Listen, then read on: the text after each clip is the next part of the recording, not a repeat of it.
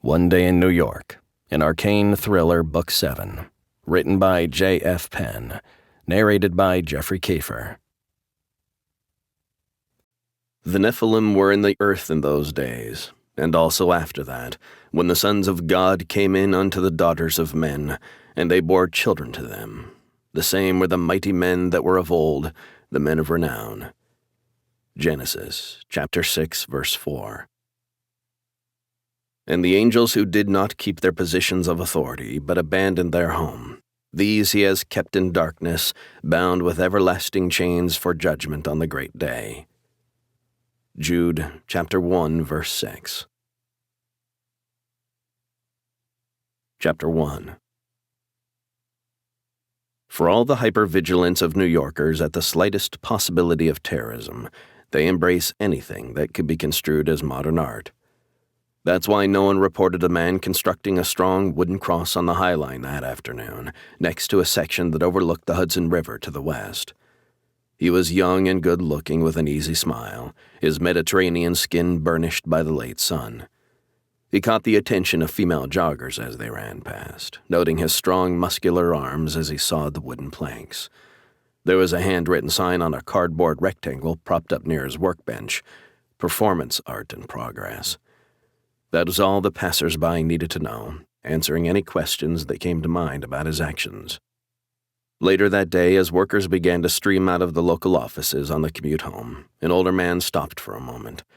He looked down at the rough wood as the man fixed the crosspiece, banging in long nails to hold the planks together. "You've got that wrong, you know," the man said. "All evidence suggests that the cross Christ died upon would have been more like a T-shape." The carpenter paused a moment. "The emphasis of this particular piece is more about emotional resonance than historical truth." He had a slight French accent, but in this city of diversity that was not markedly unusual. The older man nodded slowly, rubbing his fingers across his beard before he moved on, just another walker enjoying the evening sun.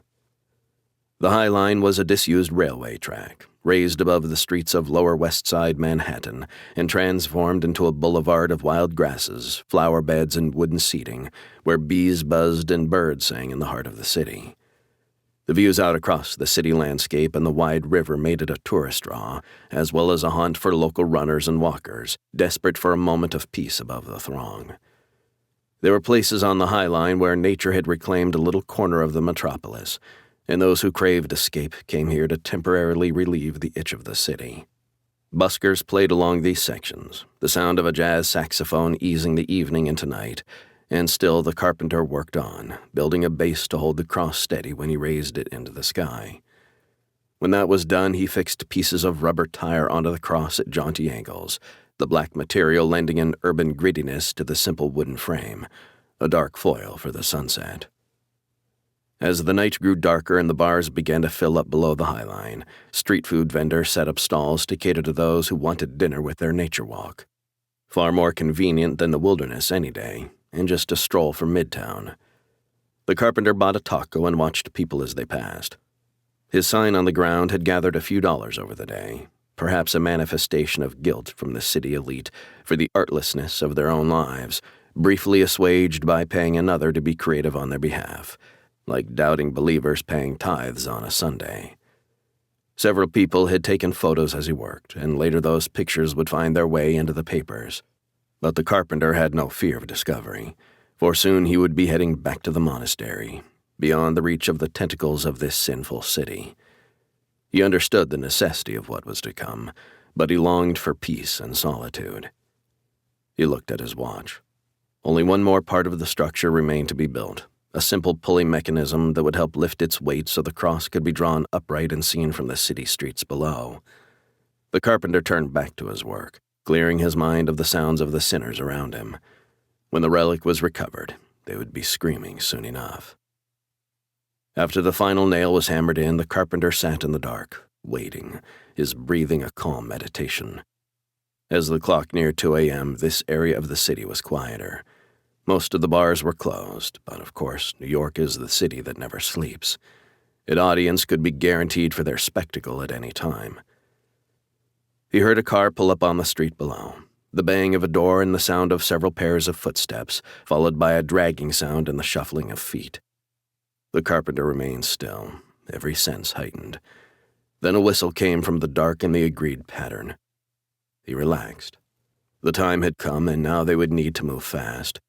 The carpenter pulled a large holdall from beneath the bench he sat on. Unzipping it, he lifted out several cans of gasoline and began to douse the base of the cross. He poured the liquid up around the crosspiece, making sure the fragments of tire were coated. The stink of the accelerant made him cough, and he tried to stifle the noise. 2 men ascended from the nearest staircase, half dragging a figure between them wrapped in a voluminous cloak. All 3 had their heads covered. As they came closer, the men pulled back their cowls. The carpenter looked away from the taller figure, his once handsome face disfigured by rubbled and lumpy skin, dark in places where the pigment had changed. There were rumors of an assassination attempt, a power play gone wrong. Many had tried to kill this man, and all had failed. He wasn't a confessor, but the carpenter had heard of his relationship with the upper echelons, and knew his orders must be obeyed. The other man was a Monsignor, the most senior confessor in New York, with closely cropped white hair and wrinkled skin, but eyes that were as hard as the stone he knelt to pray on. The carpenter crossed himself, bowing towards his superior. The 2 men dragged the captive forward. The figure tripped and fell sideways, staggering a little. The cowl slid off, and the carpenter stifled a gasp. He hadn't expected a woman, even as he knew the servants of evil came in all forms. The woman's head dropped on her chest, her long gray hair loose about her face. She had been badly beaten, and blood stained the clothes he could see beneath the folds of the cloak. Her face was swollen and mashed, and a stained gag was wrapped around her mouth. She opened her eyes as the stink of gasoline roused her, and the carpenter was hypnotized by the piercing blue. He crossed himself again as the 2 men dragged the woman to the cross.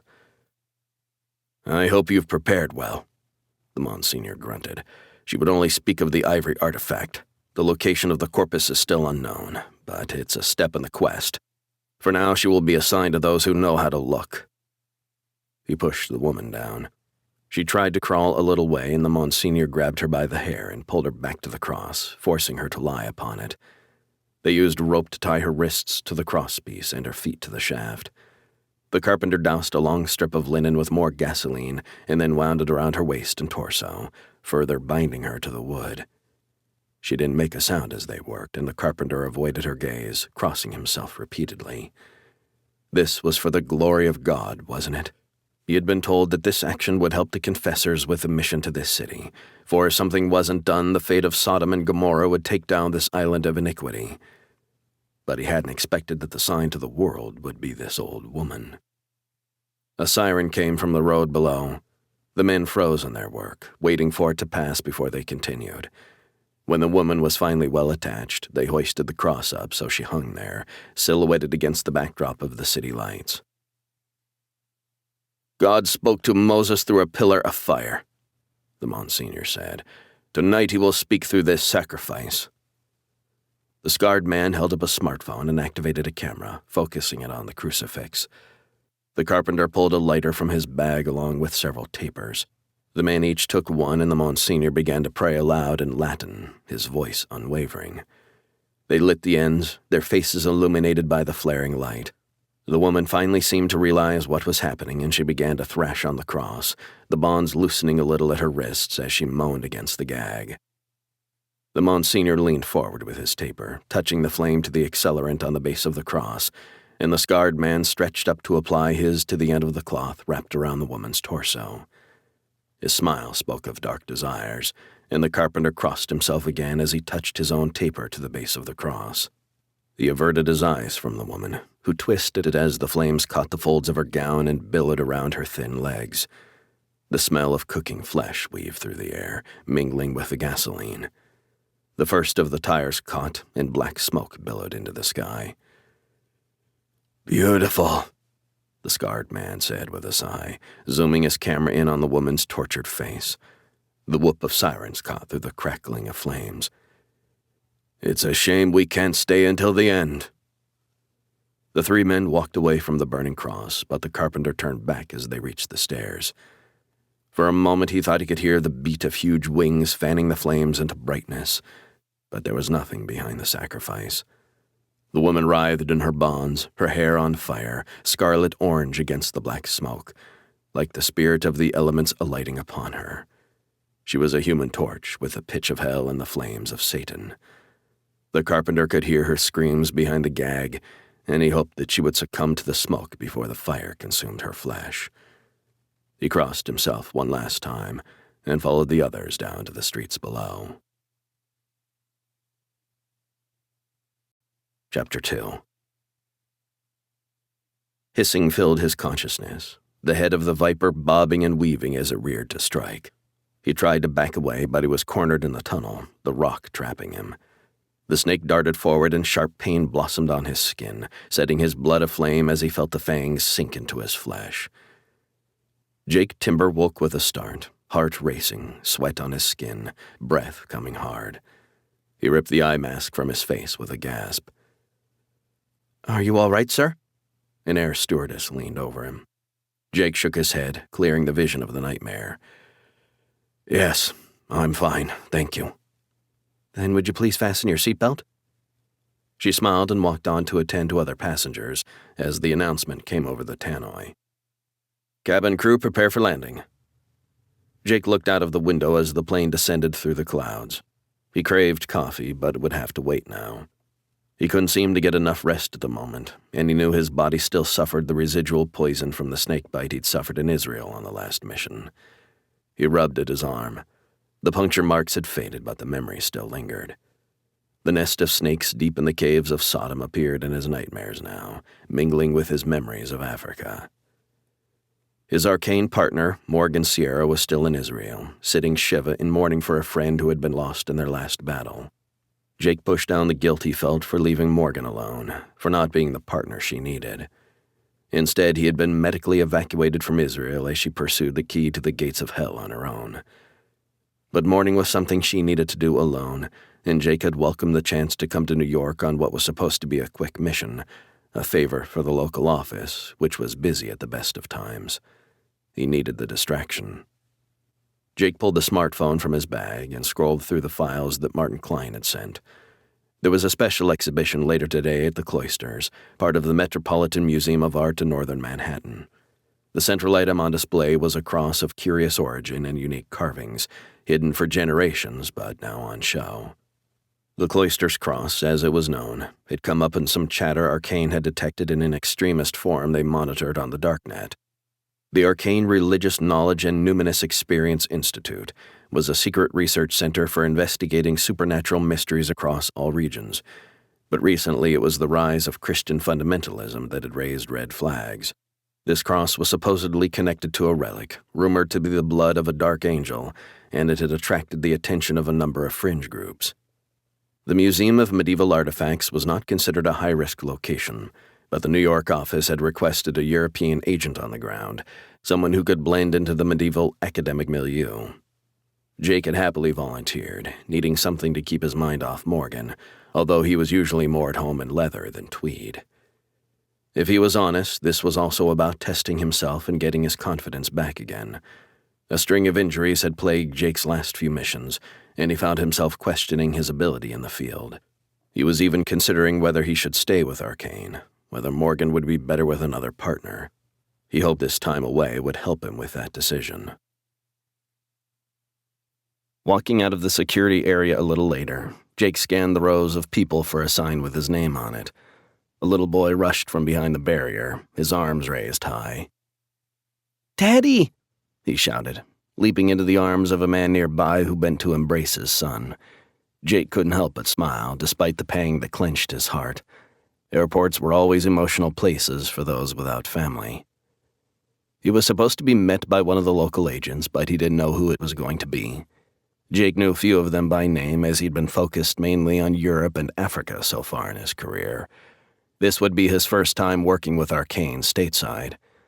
Although London was the main ARKANE office, New York was a big local hub for the investigation of religious and supernatural mysteries in North America. The public face of ARKANE was academic, a research institute for religious objects, but the reality was more complicated. A battle waged daily between the forces of good and evil that most would consider myth. There were certainly enough cases here to keep the team occupied. As Jake scanned the crowd, he caught sight of a stunning mixed-race woman, her black hair long and shiny, her dark skin almost luminous. She smiled at him, and he couldn't help but return the greeting. He was surprised when she held his eyes, waving as she weaved between the crowds of people and approached him. She wore a navy blue tailored suit that suggested she worked in the halls of bureaucracy, but still managed to flatter her curves. "I'm Naomi Lacosto," she said, holding out a slim hand. "I'm with the ARKANE team here in New York, and I'll be working with you today." Jake took her hand, shaking it as he tried to stop himself staring. Her unusual features gave her the look of a supermodel, her full lips African-American, her dark eyes and arched eyebrows almost Latino, and her straight back hair a shade of Native American. Welcome to New York, Jake thought. Perhaps this trip would be more than just a distraction. "We've had a crazy morning already," Naomi said as she led Jake towards the pickup area. "A woman was crucified and burned to death on the High Line before dawn. No one has claimed it yet, but the police notified us because of the religious overtones of the murder." "Who was the victim?" Jake asked as he climbed into the passenger side of the car. Naomi frowned. "We can't seem to trace her. The body was burned beyond recognition. There's nothing in the scene to identify her and no matching missing persons record. All we know is that she was an older woman who hadn't given birth and that she died horribly. To be honest, we thought about canceling our attendance at the Cloisters exhibition today, but since you're here..." "I'm happy to go alone," Jake said. "It's just a monitoring exercise, as I understand it, and it's a good chance to brush up on my medieval history." "You don't really look like an academic," Naomi said, glancing sideways as she pulled out into the freeway traffic headed towards Manhattan. Jake could see she noticed his corkscrew scar, just one of the many that knitted his body together. "Can I ask where you're from? Your accent has a hint of something not quite British." "I'm from South Africa," Jake said, "but I've lived and worked in England a long time now. Archbishop Desmond Tutu once called my country the Rainbow People of God, but these days it's more of a shattered prism. There are ingrained attitudes on so many sides that I struggle to be there. Plus, there's no one left to go back for anymore." Jake stared out of the window, surprised to be sharing such intimate details about his homeland with a complete stranger. But something about this woman set him at ease. He looked back at her. "Besides, I prefer a culture of blended people, those whose history has allowed for more intermingling over time, and London gives me that." Naomi smiled. "That's why I love New York too," she said. "In this melting pot of cultures, relationships naturally happen between people of all walks of life, like my own blended family. My maternal grandparents are Eastern European Jewish and African American, and on my father's side I have Cherokee and Puerto Rican blood." She smiled with pride. "I rise above definable race categories, but in this town that makes me pretty normal. I love that." "I think you'd like London too." Naomi glanced over, her dark eyes holding a hint of flirtation. "Maybe I'll come visit sometime." A beat of silence, and Jake turned to gaze out the window again as they headed into town. There was a strange sense of the familiar as they drove through the city.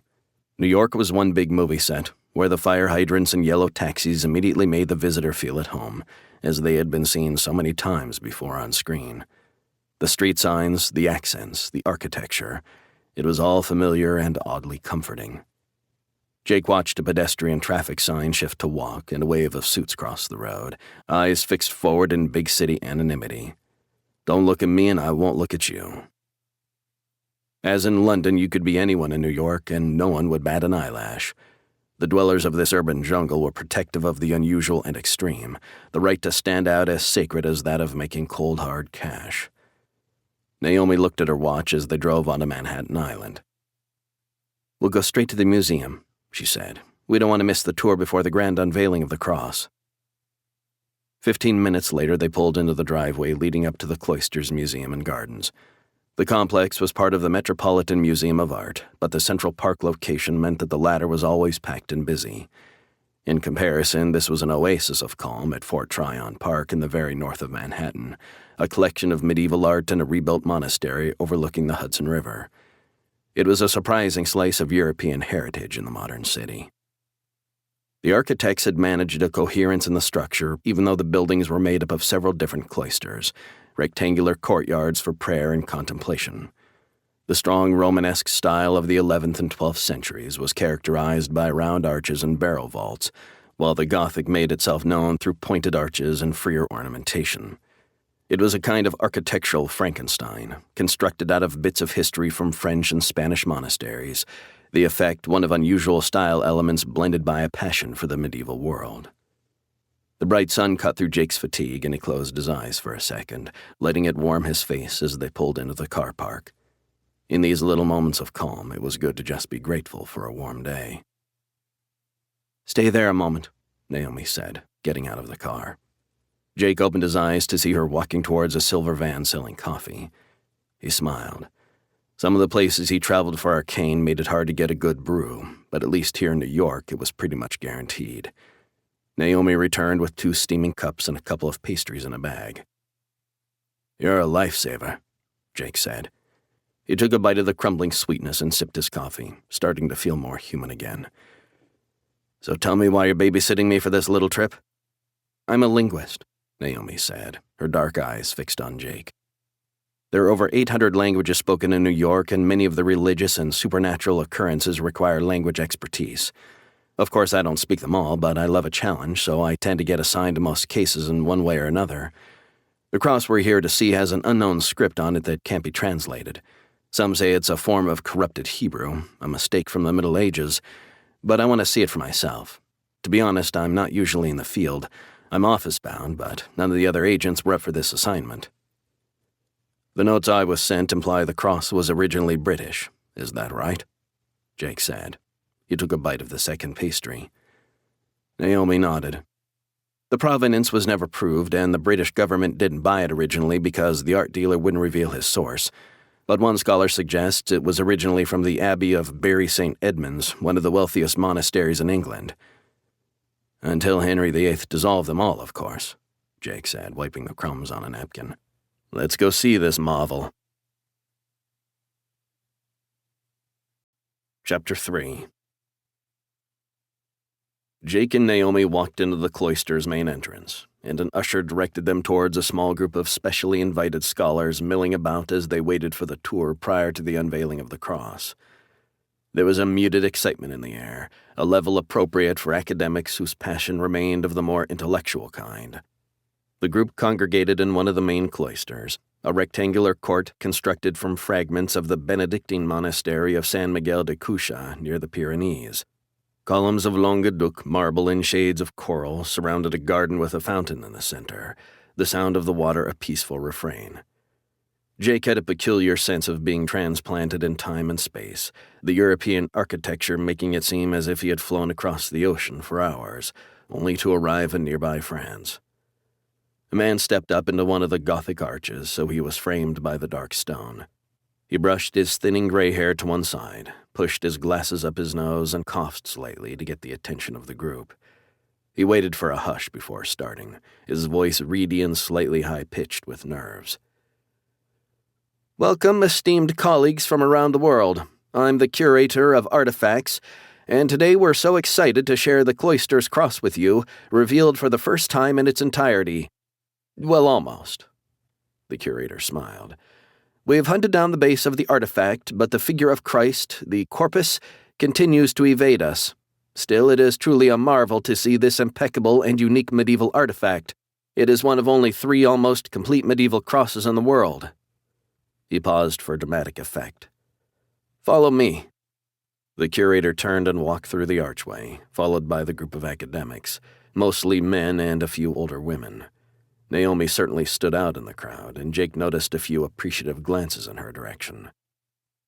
It was cool as they walked through the stone corridors, surrounded by the glories of medieval Europe. One door was flanked by a pair of sculpted figures that guarded the entryway, while around them on the walls was a bestiary of animals.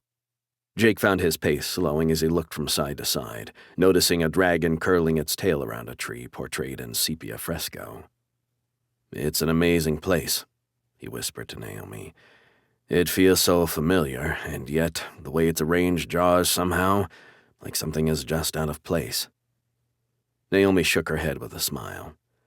"I know it. I can't believe I haven't visited before. Living in New York for so long, and yet I still don't know all its treasures. They emerged into another courtyard open to the sky above. The curator paused. The scent of lavender and rosemary filled the air, overlaying a more complex aroma. "We have a medieval garden here at the Cloisters," he said. "We grow the herbs, fruits, and flowers that the monks would have had in those far-off times. Tending of the gardens was considered a holy duty, as much as prayer, and we like to think we continue to praise the Creator with our efforts.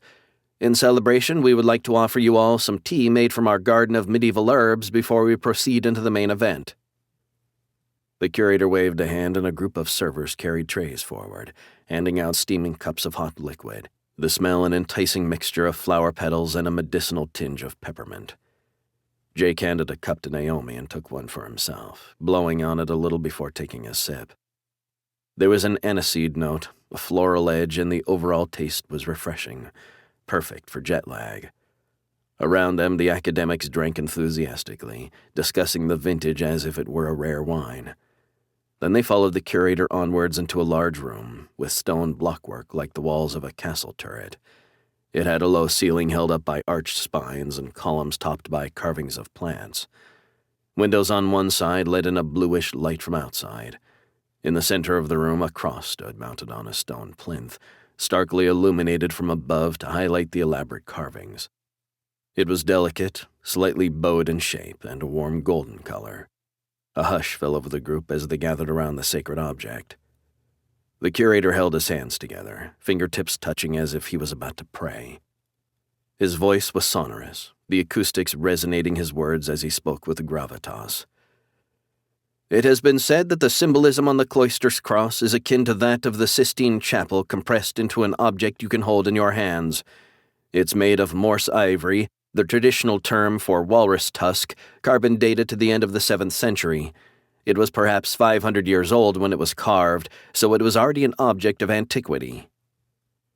The curator walked around the cross, reveling in his chance to impress a captive audience with his knowledge. "You need to examine it from all angles to appreciate the master craftsmanship as the carvings emerge from all surfaces. It was originally decorated with color, and traces of ultramarine blue, malachite, and vermilion have been found on the surface, all pigments used by Romanesque artists." The curator tilted his head to one side, gazing at the cross. "Personally, I prefer the unadorned simplicity. Come, you may gather closer to examine it." The center of the cross was a round engraved medallion. Each of the top 3 arms ended in a square terminal, where other tiny carvings could be seen. The long shaft of the cross held the pattern of a pruned tree trunk. Jake bent to look more closely at 2 tiny figures, Adam and Eve, clinging to the bottom of the tree of life, their faces upturned to heaven in desperation. Moses was portrayed with a brazen serpent lifted high on a forked stick, and each individual figure on the cross had a different face, turned to show an aspect of their biblical character. It was truly a masterpiece. As they stepped closer to examine it, Naomi stumbled a little, and Jake reached out to help her. She frowned and looked at the ground, confusion in her eyes. "Are you okay?" Jake whispered, taking her arm. Yes, the floor seems a little uneven, that's all." Her eyes were unfocused for a moment, but then she shook her head and bent to the cross. "The earth trembles. Death defeated groans with the buried one rising," Naomi said quietly. "That's one of the Latin couplets on the shaft." She pointed at the top. "But it's the titulus I came to see especially. Look, where the hand of God is portrayed within a stylized cloud. The Gospels use the phrase, Jesus of Nazareth, King of the Jews, but this has Jesus of Nazareth, King of the Confessors. It's a very unusual phrase." She bent even closer. "And there you can just see the line of corrupted Hebrew." She squinted at it. "That's strange. It looks like—" The curator clapped his hands together, a little gesture of scholarly excitement as he prepared to share more of the story of the artifact. "It's important to understand the great journey that the cross has traveled to reach us here. It came to the Met from a Yugoslavian art collector, Ante Topic Memara, who recovered works of art at the end of the Second World War. He withheld the provenance of the cross, dying with its secrets intact, but there were reports from a Hungarian immigrant that the Crucifixus Maledictus had been seen in the Cistercian monastery of Zurk in the Bacani Mountains in Hungary. It was known as the Crucifixus Maledictus because of one of the carvings, Maledictus omnis qui pendet in legno. Cursed is everyone who hangs on a tree. This refers to the traditional method of crucifixion, and of course Jesus reversed this curse with his sacrifice for us. Jake bent forward as the curator's voice faded in volume, as if the sound came from beneath a swimming pool. It wasn't unusual to have blocked ears after a flight, and he shook his head a little as he tried to catch the words. It's thought that the cross was sent to Hungary as part of a ransom for Richard the Lionheart in 1194, when he was captured on his way home from the Crusades. The abbot of Bury St. Edmunds was instrumental in the exchange, with many of the riches of the monastery given in ransom. It's thought that the cross was amongst that treasure. Light-headed now, Jake swayed slightly. Naomi reached out a hand to steady him, and Jake noticed a few of the academics had moved back to lean against the thick walls. The carvings on the cross portray the story of the Passion of Christ, the curator continued, expressed through the testimony of the evangelists while the tree of life winds up the front of the cross. It's stunning even without the missing corpus. The back of the cross features the individual prophets holding texts from their holy books. The curator rubbed at his temples as his words trailed off, a confused look crossing his face as he lost track of what he was saying. He clutched the edge of the plinth, turning towards the arched doorway before sinking down to sit on the floor.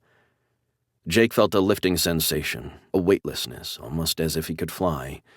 He wanted to climb up to the top of the cloisters and jump into the air, sure of his ability to soar like the birds. At the same time, he lost control of his limbs and he sank to his knees, realizing that around him, others were doing the same. "The tea," Naomi whispered, her voice faint as she dropped to the floor next to him.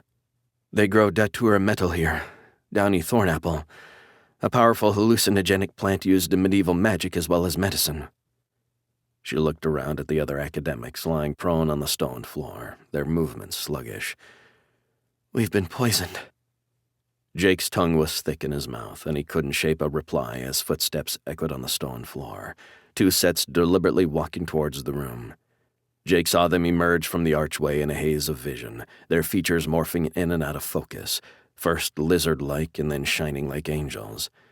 He couldn't move his limbs even as his mind seemed to soar above them into the vault of the ceiling. He tried to focus on them, tried to capture aspects of their faces, but he couldn't see properly. They both wore dark cassocks like priests, a uniform that attracted deference and little suspicion in a place like the Cloisters, but they walked like military men. One of the men carried a suitcase. He laid it on the floor in front of the cross, opening it to reveal a padded interior. He lifted the Cloisters Cross from its stand, reverence in his eyes and in the way he handled it. He pulled it gently, the pieces sliding apart, and he laid each ivory element gently in the case before closing the lid carefully. Ignoring the prone academics on the floor, the pair walked out again, their actions taking only a few minutes. The stone plinth stood empty, the spotlight only serving to emphasize the negative space where one of the great treasures of Christendom had stood so briefly. Chapter 4. The upper base sparkled, and rays of bright sun illuminated the magnificence of the city below. His city. Gilles Noiret never tired of this view, never grew weary of the myriad possibilities that New York could offer those who grabbed for them. He ran his company from this towering pinnacle, the 72nd floor of the Chrysler Building. Officially, the escalator finished at the 71st floor, but after purchasing the highest levels for his exclusive investment company, Gilles had constructed this sanctuary in the tangle of concrete supports and electrical equipment under the chrome-plated cap of the building. He loved staring out from the Art Deco turret, its silver starburst pattern pointing towards the spire above, with the knowledge that millions of eyes turned towards it every day, orienting themselves by its height and beauty. Gilles took a tentative breath and felt it catch, sweat prickling as he dreaded the attack to come. He began to cough, a hacking sound that shook his whole body for several minutes. Clutching his desk, Gilles retched, gasping for air until his lungs released the phlegm that clogged them. He hawked up a glob of bloody mess and spat it carefully into a handkerchief, the warm softness of it in his hand making his stomach clench. It was a piece of him, evidence of his disease. Every time he suffered an attack, he feared it would be his last. It offended him to be so physically degraded, so broken, and the thought of dying here, choking to death on his own rotting flesh, set his resolve. He had not lived at the pinnacle of wealth to die in the same way as any poor man living rough on the streets. That was not how the American dream was meant to end. He flipped open his laptop and played the video of the dying nun, her face contorted as she burned. He felt a rising excitement as he watched, the only physical pleasure he could summon as his body rotted from within. As the video ended, a cloud passed overhead, and Gilles caught a reflection of himself in the glass, bent double like an old man. His face was disfigured by the poison he had imbibed just a few years ago at a dinner held by his own brother, meant to kill him so he wouldn't have to share their inheritance. The immigrant sons of Russian and French ancestors, they had taken competition to extremes, both in business and their personal life. But it was Gaspard who had ended that night in the morgue, and Gilles had never regretted finishing the brother who had only ever been a rival. There would always be more to compete with in this city of alphas, those with an edge of the blade in their ambition. Gaspard had left his mark nonetheless, and the dioxin had caused rapid hyperpigmentation. Gilles' once handsome face was marred with patches of darker skin, as well as hyperkeratosis, where the skin thickened and became scaly and bumpy. It itched and ached, but the surface ruin was nothing to what the poison had done internally. In recent months, even the most advanced medicine had failed, so Gilles had sought alternative remedies from the fringes of health and spirituality. He had tried injections made from the tinctures of plants from the deepest Amazon and potions made from endangered animals. He had hired healers of all stripes, from those who chanted and gave him herbs to smoke to those who told him to look inside and cleanse his soul. He had even paid for muti, traditional medicine from South Africa made from body parts. Nothing had worked yet, but he wouldn't give up until his dying breath. During nights of pain-wrecked insomnia, he had ventured into the margins of society, obscure message boards on the dark web, that part of the internet hidden from search engines and accessed via proxy servers. Gilles found things there that turned even his stomach, but he'd also found a glimmer of hope on a religious conspiracy message board that talked of a powerful relic with healing properties. The group called themselves the Confessors, a word used in the Eastern Orthodox Church to signify a saint who had suffered persecution and torture for their faith, but had not been martyred, someone who suffered in the world but was not yet dead. Gilles understood what those words meant, and that day had begun his quest for the relic. He had pretended piety with a Monsignor, assuring the confessors that he only wanted to cleanse his soul and that they would have the relic for their order. But that blood would be his, and so soon now. It was almost within his grasp. His men had sent word they were on their way to the Cloisters with the cross, and Gilles had not notified the Monsignor. He would see what they had first. The intercom buzzed. Gilles smiled and pressed the button to let the men in, counting the seconds as they ascended in his private elevator. A knock came on the door, and two men dressed in cassocks walked in, their bearing proud in fulfillment of the mission and expectation of reward. "Any problems?" Gilles said, staying behind his desk to save his energy, even though he was desperate to see inside the case. "None at all," the man carrying the case said. He set it on Gilles' desk and turned it to face his employer. Gilles pulled the case towards him. A smile dawned on his face as he beheld the stunning Cloisters Cross, the sunlight making the ivory gleam. He ran a fingertip over the surface, tracing the lines of the Tree of Life, signifying his own resurrection. This time he was close. He had to be. The confessors believed that the blood was held within a vial inside the cross. Gilles' heart beat faster as he reached for the shaft with a shaking hand, tipping it over as he lifted it up so he could see within. The ivory was indeed hollow, but there was nothing inside. "Where is it?" Gilles whispered. He shook the shaft, coughing with the effort, but nothing fell out. "It's not here." His eyes blazed, and the two men backed away from his anger, hands raised in supplication. "Get down to the Sisters of the Guardian Angel." he rasped. "No subtlety this time. I want that vial, whatever it takes." Chapter 5. Jake rolled sideways, mumbling as he tried to call for help, but only succeeding in banging his head on the flagstones. Naomi lay next to him, her dark eyes meeting his, and Jake sensed a calmness in her, a silent message of hope. She had known the name of the herb, and if she wasn't concerned, then he was willing to trust her judgment. He breathed more deeply, trying to recall the details of the men who had taken the cross as he waited for the effects to wear off. It was 10 more agonizing minutes before someone came to see why the scholars were so quiet and raised the alarm. The room was soon crowded with medical staff checking the group and the hubbub of gossip. Half an hour later, the victims began to move more freely, the paralysis released as the drug wore off. Naomi sat up, rubbing her head where she had knocked it against the stone. She turned to look down at Jake, and her long dark hair brushed against his hand. The sensation was magnified by his inability to move, and he willed her to lean in closer. Right now, he would be content to lie here all day and leave the cross for the police. ARKANE didn't deal with theft or even murder, only with the supernatural, and he had seen nothing of that here today, only a very physical crime. There was concern in Naomi's eyes as she bent over him. "I guess you drank more tea than I did, but you'll feel all right in a minute." She smiled with encouragement. Clearly, the dosage was meant to render us semi-conscious, but not do any permanent damage. She stood up and walked away to speak with one of the doctors as Jake's strength returned and he pulled himself up to a seated position. A heaviness still pervaded his limbs and his mind was dulled, his hearing still slightly wavering, but the fog was starting to lift now.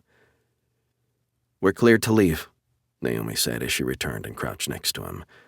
"The museum authorities called the police about the theft and the poisoning. There was a targeted hack on the security cameras just before the cross was taken, so there's no footage of the men." "Could they be art thieves?" Jake said, rolling his neck until it clicked. With a combination of jet lag and soporific drugs, he seriously needed some more caffeine. "Don't they steal to hire these days?" Naomi mused as she helped him up, her hand soft on his arm. "I'm not so sure. The chatter we had on the dark web was linked to a group called the Confessors, and given the wording on the cross, it would make sense if they were involved. We should at least look into it a little more back at the office. After all, what else are you doing today?" She smiled, her eyes flashing with renewed energy, and Jake thought of a few things that might be more fun than tracking down the medieval cross. But he was here for work, and she was a colleague, as was Morgan, he thought with a trace of guilt. ARKANE didn't make it easy for a relationship to form, that was for sure. Jake followed Naomi back to the car, grabbing another coffee for the ride back downtown. After negotiating the heavy Manhattan traffic, the car pulled up at the entrance to the United Nations Plaza, between First Avenue and the East River, a bastion of international peace and diplomacy in the heart of capitalist individualism. This was a city where such extremes could coexist in a myriad of dimensions. The plot of land was owned by the United Nations, technically extraterritorial, although under agreement to follow local, state, and federal laws. Jake wondered how many people around here knew of what lay beneath the official buildings, the hidden world of ARKANE. Security guards verified their IDs at the gate and checked under the car for any devices, pulling open the doors for the sniffer dogs. Like security guards in sensitive places all over the world, these men were professional but unsmiling. Even though they must see Naomi regularly, there was no banter or casual conversation. As they checked the vehicle, Jake looked over at the huge sculpture of a .357 revolver, its barrel knotted in a symbol of nonviolence that represented one of the aims of the UN. It was an idealism that Jake appreciated, but he was pretty sure that humanity would never shrug off its destructive side. Nature itself was murderous, and every species struggled to survive another day. Mankind was just a reflection of that struggle. He looked further across the plaza to the row of colorful national flags fluttering in the breeze in front of the main UN building. Jake recognized some of the more obscure countries, Armenia and Belize, Nauru and Uruguay, remembering how his father used to test him years ago. "It's a big world, son," he would say as they matched countries on a world map to the capital cities and flags of the nations. "You need to know that there's more than this, where the color of someone's skin isn't so important." As a farmer who had worked the land, his father never ventured out of South Africa, planning to travel on retirement when he expected to hand the farm to his son. A flash of memory, and Jake saw the world map on the wall spattered with blood. His father, mother, and 2 sisters butchered by a drug-fueled gang years ago. He took a deep breath, tearing his gaze away from the flags, pushing the grief down as they drove into the underground car park. He had left those memories behind a long time ago and hadn't expected a resurgence in this distant city. Naomi drove down several levels, finally pulling into a bay painted with silver lines. At the other end of the floor, the parking bays were marked in blue. Naomi caught Jake's glance at the color coding. "I know it seems petty," she said, "but a parking space is worth killing over in Manhattan. The UN crowd don't really know what we do on this end, but boy, are they precious about their turf. Come on, I'll show you the office." They entered an elevator, swiped their ID cards, and waited for verification of their bioinformation before it moved further down. Jake's ears finally cleared in the swift descent. The doors opened a minute later onto the New York office of ARKANE.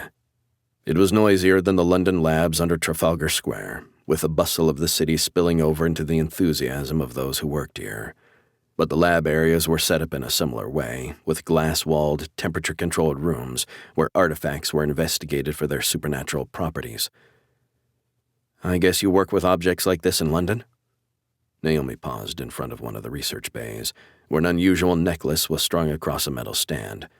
A man in a lab coat scraped at it, pushing tiny samples into a test tube. "I'm usually out in the field, to be honest." Jake squinted at the object. It was made up of animal teeth, beads, and shells. "What is this?" "It's a shaman's necklace originally from Borneo, but recovered from a cache in a queen's apartment. What's particularly interesting is the teeth. They don't come from any known species. When boiled, they produce the ability to see into other realms. Local legends say the teeth are from dragons in that other universe." Jake raised an eyebrow, his corkscrew scar twisting. "Just another day at ARKANE," he grinned. "Gotta love the variety."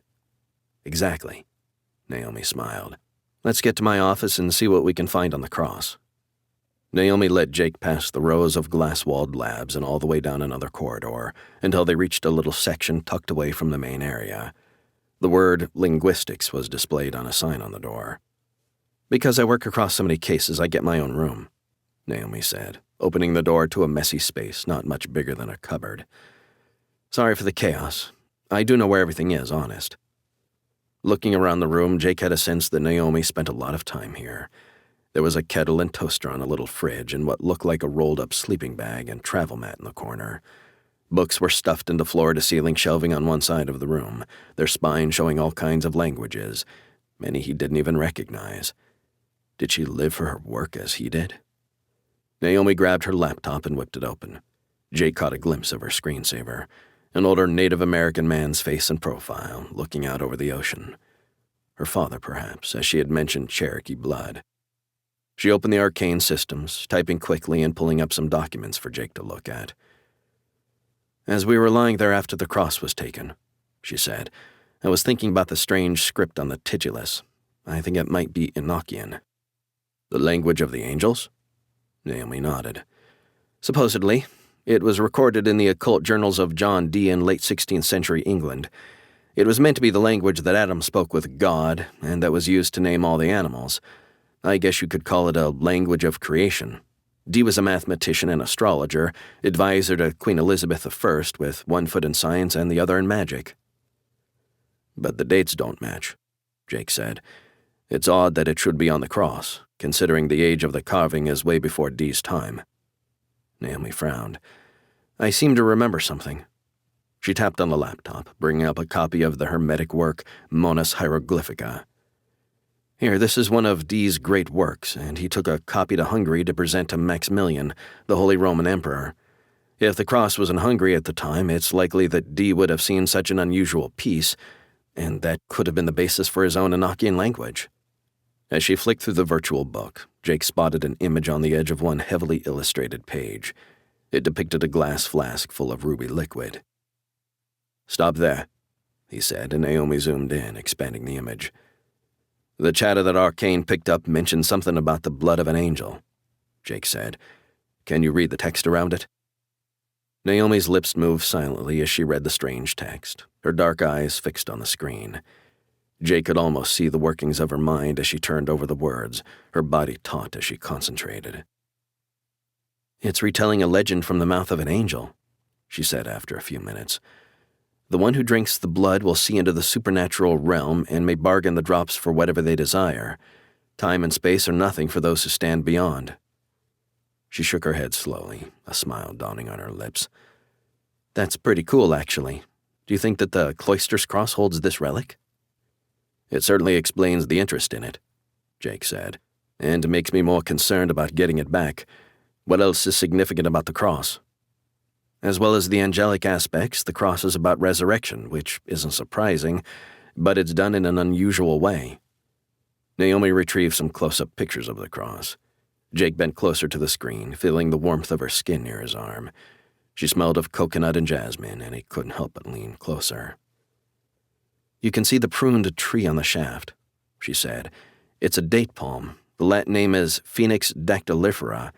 It dies and comes to life again in a similar manner to the phoenix, the bird that rises from the flames."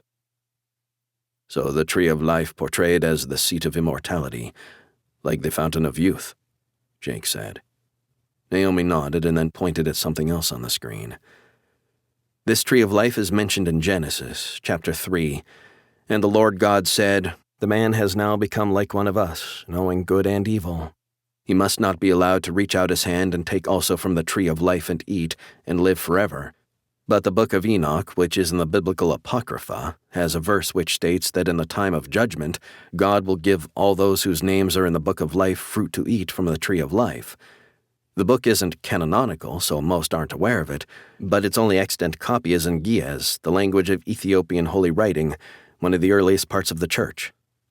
Jake remembered visiting the Ethiopian Coptic church on the roof of the Church of the Holy Sepulchre in Jerusalem in the hunt for the Pentecost stones. Momentarily, he wondered if Morgan was somewhere near there right now, thinking of him on the other side of the world. A bell chimed, announcing an incoming message. Naomi leaned in to read it. "There's been a woman reported missing who fits the profile of the crucified victim, a sister from the Order of the Guardian Angel." Naomi met Jake's eyes. "Let's head up there," Jake said, grabbing his coat, "and stop by the weapons locker on the way out." Chapter 6. Sister Rosalie reached up to light the candles at the back of the chapel, her concentration focused on the depth of the flames as they caught. The main door to the street swung open with a creak, the sound echoing through the church. It was a little early for any worshippers to be arriving for the service, but the church was always open as a place of contemplation. In her 40 years of service, the city had been a backdrop to her own daily devotions, and she welcomed those who worshipped at any time.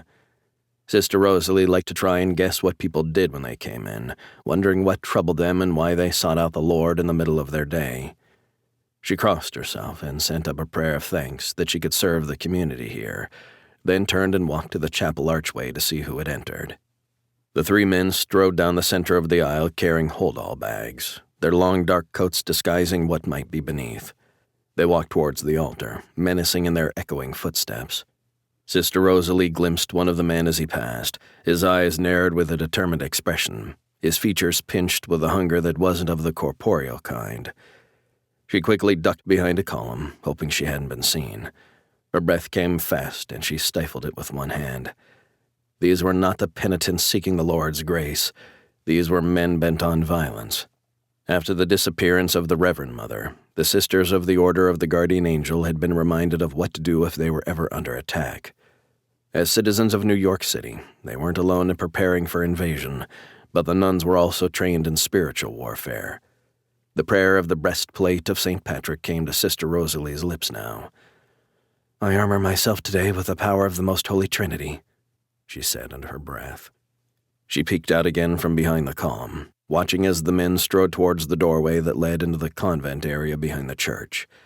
The long coat of the man at the back fluttered open, and she spotted a handgun in his waistband. As the men stepped through the archway out of sight, Sister Rosalie scurried to the opposite side of the church, where another door led into the convent rooms. Her heart thumped in her chest as she considered how she could help the sisters within, as well as safeguarding the secret at the heart of the convent. The Reverend Mother had protected it, and now that task fell to her. She pushed open the door carefully and stepped inside, her footsteps almost silent on the marble floors. A scream came from the rooms beyond, followed by the shouts of men rounding up the sisters. A banging noise resounded as if something had been knocked over. Then all was quiet. Sister Rosalie pushed away her feelings of guilt as she navigated the hallways towards the inner rooms of the convent. The sisters would be safer now. Most of them knew nothing of the relic, and the old ones would hold their tongues against the invaders. The truth behind the name of their order was obscured by over-engineered religious metaphor, but a chosen few were aware of what lay beneath. This great city was protected by the relic of a guardian angel, and it was held here in the convent, passed down over the years by women of faith who were able to resist the temptations of what it might offer. Sister Rosalie reached the tiny chapel on the edge of the private quarters. It was here that the Reverend Mother had visited daily, sending prayers that she reserved for this sacred place. The altar was simple, a rectangular block of stone covered with a white cloth, a carved wooden crucifix on top, the figure of Christ twisted in agony as his eyes beseeched heaven for release. 2 heavy copper candlesticks flanked the figurine. On the wall behind the crucifix was a wooden cabinet, the real focal point of the room. It was painted with the figures of angels, binding another of their kind in the center. Its face was stricken with guilt and pain, and from its pale flesh blood flowed onto the earth. Shoots of new life sprang from the dark stain, with tendrils of leaves and buds that bloomed into flowers. It was faintly blasphemous to think that an angel could supersede the worship of Christ, but legend told of the power of the relic, and perhaps that made it more real than the figure of Christ crucified. Sister Rosalie edged around the altar and reached for the cabinet. "Stop there, sister." The gruff voice came from behind her, and Sister Rosalie instinctively put her hands in the air, turning around to see who spoke. It was the first man who had walked into the church, his eyes scanning the chapel around her. Thank the Lord she hadn't yet opened the cabinet. There was still a chance he would move on from this place. "You're welcome in the Lord's house," she said softly. "But we don't allow laymen in this area. It is reserved for the nuns. Shall we go out into the public area of the main church?" The man snorted with laughter. "I don't think so, sister. It seems you have something here that my boss wants badly. I don't think that would be out in the public area, do you?" He walked towards her, eyes narrowing. "I think it might be in here. If you just stay quiet now, I won't have to hurt you." Sister Rosalie dropped her head in the very aspect of a devout nun, assuming the mantle of the downtrodden woman of God this man would expect. But her soul burned with the passion of her Lord, her dedication to protecting the heart of the convent, and with the righteous anger of the saints. The man stepped closer and bent to lift the altar cloth, checking underneath. Sister Rosalie grabbed one of the metal candlesticks and with all her strength slammed it down on the back of the man's neck. The thud of metal against flesh shocked her, but before he could recover from the first blow, Sister Rosalie raised the candlestick again. She couldn't let him up or he would finish her. Grunting with effort, she smashed it down again, her breath mingled with sobs. The man slumped to the floor, and Sister Rosalie stood over him, her fists tight on the metal raised high above her head. As blood trickled from his unmoving mouth, she dropped the candlestick as if it burned her. It clanged to the floor and rolled to the side of the room. She fell to her knees in front of the altar. "Oh, Lord Jesus, forgive me," she whispered as she crossed herself repeatedly, fearing that she was now tainted with the blood that she had shed. A scream rang out from the rooms beyond, and Sister Rosalie looked up at the sound. It wouldn't be long until the other men came to look for this one. She had to get out of here. Rising again, she went around to the wooden cabinet and opened it, her fingers shaking. Inside was a glass vial, its clear sides revealing a viscous dark red substance. Was this really the blood of a guardian angel? Sister Rosalie wondered. Or was it all just a myth? Another scream and then a moan from the gathered nuns. "No, please!" The voice was Sister Mary Clare's. Sister Rosalie froze, the vial in her shaking hands. The young girl was one of the most attractive of the novitiates, and her violation would not be difficult for the men. She looked down at the vial. Was this really worth the sanctity of the sisters? Surely the Lord would desire the protection of his daughters first, the real treasures of the convent. She glanced down at the prone man. She had already sinned enough today, and her vow to keep the relic safe seemed worthless in the face of real suffering. Her sisters needed her. She stepped out of the chapel and walked towards the main convent room, the vial clutched in her hand. She pushed open the door and almost wept at what she saw. Sister Mary Clare was bound, her habit pulled up, and one of the men had his hand between her legs, pulling aside her underclothes as he unbuckled his belt. The look of lust on his face was like the fiends of hell that Brunelleschi had painted on the dome of Florence. The other nuns were herded into a corner, while another man stood with a gun in each hand. "Tell me where it is," he said, his quiet tone all the more menacing. "Otherwise she'll only be the first to be violated." "Stop!" Sister Rosalie spoke from the doorway, her voice calm with authority. She held the vial up. "This is what you want. Take it and leave us in peace." The armed man kept his guns trained on the sisters. "Check it," he said to the other man, who hesitated a moment, disappointment in his eyes as he left Sister Mary Clare bound on the floor. Sister Rosalie held the vial out as the man approached. "This is the blood of the guardian angel," she said. He took it from her hand, holding the vial to the light and tipping it slightly so the contents swirled inside. "How do we know it's real?" Sister Rosalie smiled coldly. "Faith, of course, something perhaps your master lacks. This relic has been the heart of the order for as long as records have been kept." Her eyes flicked to the cowering sisters, to the weeping Sister Mary Clare on the floor. "But the real heart of the order is the sisterhood." She pushed past the man and knelt next to Sister Mary Clare, pulling the weeping nun into her arms and rocking her back and forth. Sister Rosalie's eyes blazed as she looked up at the invaders. "You have what you came for, now get out." The man backed away from the group of nuns, his guns still trained on them. "If this is some kind of trick, we will be back, sister." The other man spoke, his eyes on Sister Mary Clare. "And I'll enjoy finishing what we started." They turned to leave, but a roar of anger stopped them. Sister Rosalie paled as she realized that she should have carried on beating the man in the chapel. He stumbled along the corridor, his colleagues rushing to help him back into the room. "You bitch!" He pointed the gun at Sister Rosalie with a wavering hand, clicked off the safety, and took aim. Chapter 7. "Please." Sister Rosalie stood, moving away from the rest of the sisters. "Just take the vial and leave us now." The man's eyes were manic, pain turning him into a wounded animal, desperate to lash out. For a second it seemed like he might relent, but then the sound of a gunshot echoed through the room. A surprised sigh escaped Sister Rosalie's lips. She saw the panic on the faces of the nuns as they looked at her, and a coldness spread through her body. She looked down to see the hole in her habit, the blood on her side. She dropped to her knees, hands clutched at her ribs as the pain blossomed. She gasped, her breath ragged.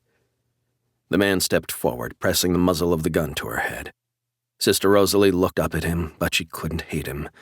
The love of the Lord pervaded her now, and she whispered a prayer of forgiveness. "They know not what they do, Lord." The man's eyes flickered as if he saw beyond her physical form. He hesitated and then turned away. "She's finished," he growled, looking around at the rest of the nuns. "If the vial is fake, we'll be back for the rest of you." The men backed out of the room and then turned to run towards the rear of the building, taking the vial with them. Some of the nuns crowded round Sister Rosalie, taking her hands and praying, as one ran to call an ambulance and others tended to the shocked Sister Mary Clare. Jake and Naomi stepped into the Church of the Guardian Angel just as a gunshot rang out in the rooms beyond. They both pulled their weapons and ran towards the sound. Jake hesitated at the arched doorway, listening for an indication of what was within. Several pairs of footsteps rushed away from them, and they heard the sound of voices raised in prayer and weeping. Jake pushed open the door and ran down the corridor with Naomi behind him. She pulled her phone from her jacket, calling for backup from the local police. He glanced into one of the rooms, seeing the group of nuns crowded around one of their own, several on their knees swaying in prayer. They looked up at him in alarm, instinctively bunching together. "It's okay," he said. "We're friends. Which way did they go?" Naomi stepped forward into the room, and the nuns relaxed as they saw another woman. "Out back," one of the nuns said. "They've taken something. Please, help us." Jake turned and sprinted towards the back of the convent, his weapon held low in front of him. Ahead, he heard the revving of a vehicle and men's voices. He peered around the corner of the back door as two men pulled a wounded third man into a minivan. He shot at them, firing twice, hitting one man in the shoulder while the other bullet pierced the side of the vehicle. The men returned fire and Jake ducked back behind the doorway, hearing the chip of bullets into stone. The van accelerated away and Jake ran out after them, firing at the van, hitting it a couple more times before it pulled away, screeching around a corner and out of sight. Police sirens wailed in the distance, but it was too late to follow now. There were no plates, but there were enough cameras downtown that they should be able to track it. Jake turned and headed back into the convent, pausing at the doorway to the room within. Naomi knelt with the nuns in the center of the room, where one woman lay in a pool of blood. Naomi looked up, her eyes filled with tears. "This is Sister Rosalie," she said. "They shot her and took the relic of the guardian angel." Jake knelt next to the woman as the prayers of the gathered nuns rang loud around them. The wound in Sister Rosalie's side pulsed blood onto the marble floor of the chapel, despite the wad of bandaging that one of the other nuns held against it. She gasped for breath, her eyes unfocused. "It's okay," Jake whispered, tears pricking his eyes at her suffering. So often he survived the aftermath of violence, arriving too late to stop it. "We've got you now. You're going to be all right.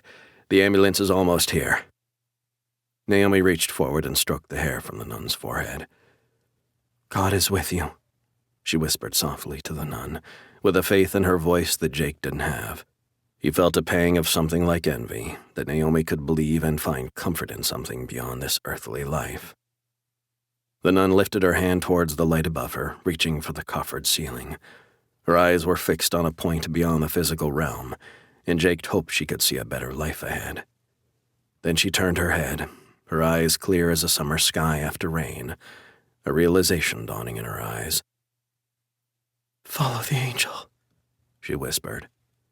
Her eyes closed, and Jake felt her body sag, the life leaving it even as her physical remains lay still in his arms.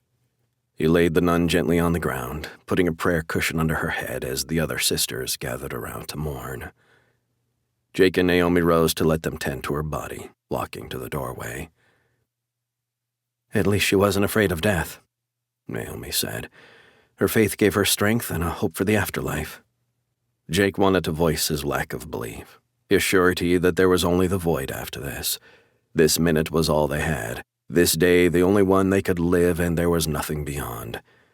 But he just nodded, feeling a sense of isolation at his unbelief in this house of God.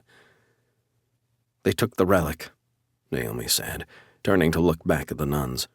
"And the people who did this must also have the Cloisters Cross." Jake nodded. "I'm going after them."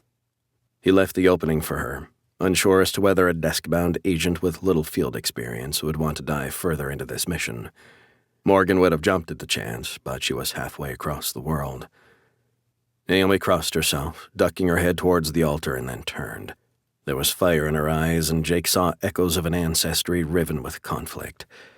This woman wouldn't run from a fight.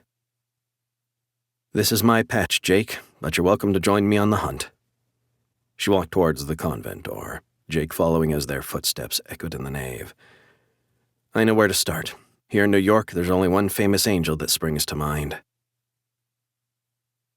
Across the city, in a lab buried deep under the Chrysler Building, Gilles Noiret paced back and forth. The man had brought the vial straight to the underground car park, and he had rushed it to his private lab. They'd been trying to find a cure for his illness for years, and now the equipment would be used to test what was in the vial. The Monsignor would hear of the theft all too soon and would demand access. Gilles had to be quick. He had wanted to drink the liquid then and there, take the risk on what it might do. But his fear of poison was so great that everything had to be tested before it reached his lips. This vial was no different. A scientist in a lab coat used a pipette to extract several samples of the dark red liquid, putting it into test tubes and one on a slide to examine under the microscope. "How long will this take?" Gilles barked at the scientist. "I must know what it is." "Of course," the scientist whispered, his concentration fixed on the liquid. "The preliminary tests won't take long." He loaded the test tubes into various machines, starting the processes to test the blood. Then he bent to the microscope, putting the slide under the lens. The scientist said, standing up straight again. What? What is it?" Gilles demanded. "It's definitely blood. It looks to be from some type of animal, though. I don't see any obvious anomalies that would make it anything special." One of the machines beeped, and the scientist went to check the computer screen next to it for the results. "As I thought, the DNA shows that the blood is from a type of goat that is only found natively in France. It's certainly old, several centuries in fact. But I'm sorry, sir, I can't see what efficacy this would have if drunk." Gilles spun around, fists clenched. He felt the tightness in his chest begin to spasm at the onset of a coughing fit. Desperation rose within him, a faith born of a belief that he could cheat death, that he would not be subject to the laws of humanity. His wealth ruled this city, and he would not go out with a last rotting breath. He snatched up the vial on the bench, ripping the glass top from it. He lifted it to his lips and drank the contents, gulping the coppery taste down, forcing himself to swallow the thick liquid. The scientist gasped, his eyes crinkling with disgust. Gilles turned to grab a tissue and caught sight of his own face in a mirrored flask on the bench, a hideously scarred and puckered visage with a mouth painted in the blood of a long-dead animal. He pulled a tissue from a pack and wiped his mouth, the crimson stain all that was left of the so-called relic. There was still hope that the blood had some power. He would not let this be the end. Gilles sat down heavily, waiting for some kind of reaction, hoping for some kind of miracle. The threatening cough subsided, but the blood sat heavy in his stomach. Nausea made him want to retch it up, but he kept swallowing to keep it down, breathing deeply to calm himself. "Water," he barked. The scientist grabbed a bottle from the fridge and handed it over wordlessly. Gilles chugged the liquid down, washing the metallic taste from his throat. There was no feeling other than his own revulsion at drinking the blood. After several minutes passed with nothing, not even lightheadedness, Gilles put his head in his hands. He massaged his temples, willing his rising rage to subside. "What else are you working on?" he asked the scientist, his voice tightly controlled. "Do we have any other options?" The scientist walked briskly to his desk and pulled out a few printed pages. "There's an experimental therapy that we can look at. It shows a muted but still positive response in some subjects." Gilles stood. "Get it, whatever it costs." He went to his private lift and headed back up to the penthouse, disappointment flooding him, anger at his own stupid hopes of a miraculous cure. He would send the Monsignor and his pathetic confessors packing, their myth turned to ashes in his mouth. But as he walked into the apartment, a ray of sun peeked through the clouds, illuminating the Cloisters Cross. The sunlight hit the empty shaft where the corpus of Christ should hang. The legends told that the corpus was the true home of the relic, and the vial had been found alone, with no ivory body of Christ as its resting place. Perhaps the nuns had lied, or perhaps they didn't even know what they'd had was the blood of an old goat, but the corpus was still out there. As long as that was true, there was still hope. Gilles took his phone out of his pocket, dialing quickly. "Follow whoever leaves the convent. This isn't over yet." Chapter 8. The sound of gospel music came from the passage that led under Bethesda Terrace. The voices of a young black choir soared in glory, and the acoustics of the space resonated with harmonies. Jake noticed one young woman, her dreadlocks tied back with a red scarf, and her arms lifted to the ornate ceiling above. As she sang, she stepped in time with the choir, their simple choreography a way to bring the body into worship. For a moment, Jake was taken back to the townships in South Africa, when as a child he had always been jealous of the way the black community sang with such abandon, such joy. His own white church had been a place of dull song with no passion, a controlled droning that seemed intent on crushing the lively spirit. Naomi sang a few lines of the tune as they walked past and danced a little, joining the choir in a moment that transcended the pain they had just witnessed at the convent. "You have a lovely voice," Jake said. noting how her face lit up and her body relaxed as she moved, a glimpse of the woman behind the agent's facade. "Years of Pentecostal worship," Naomi said, with a smile that spoke of deep contentment. "I'm not exactly a committed believer these days, but boy, do I love the music. I think that many people just go to church to sing and experience the bliss of communal voice. Whether the Lord gave us music or whether we found it ourselves, it surely is one of the best ways to open the mind to something more than the mundane." They walked out onto the stone terrace in front of the most famous angel in New York, the Angel of the Waters, standing tall over the large fountain. The bronze figure looked as if she had just touched down from a heavenly descent, one arm out to bless those who came here seeking help. Her wings were outstretched and currently a roost for a number of pigeons that sat atop the sculpture, preening their feathers in the sun. Groups of tourists snapped pictures of the scene as a clamor of bike bells filled the air. A group of tour riders arrived, their guide gesticulating as he explained the fountain's origin within Central Park. "She's meant to be the angel from the Gospel of John, chapter 5, Naomi said. "An angel would come down and stir the waters of the pool of Bethesda. Any who entered after the blessing would emerge healed. I think that many come to New York wanting the same miracle in their lives, a resurrection of sorts, or a rebirth." "What do you expect to find here?" Jake asked, looking around. Naomi shrugged.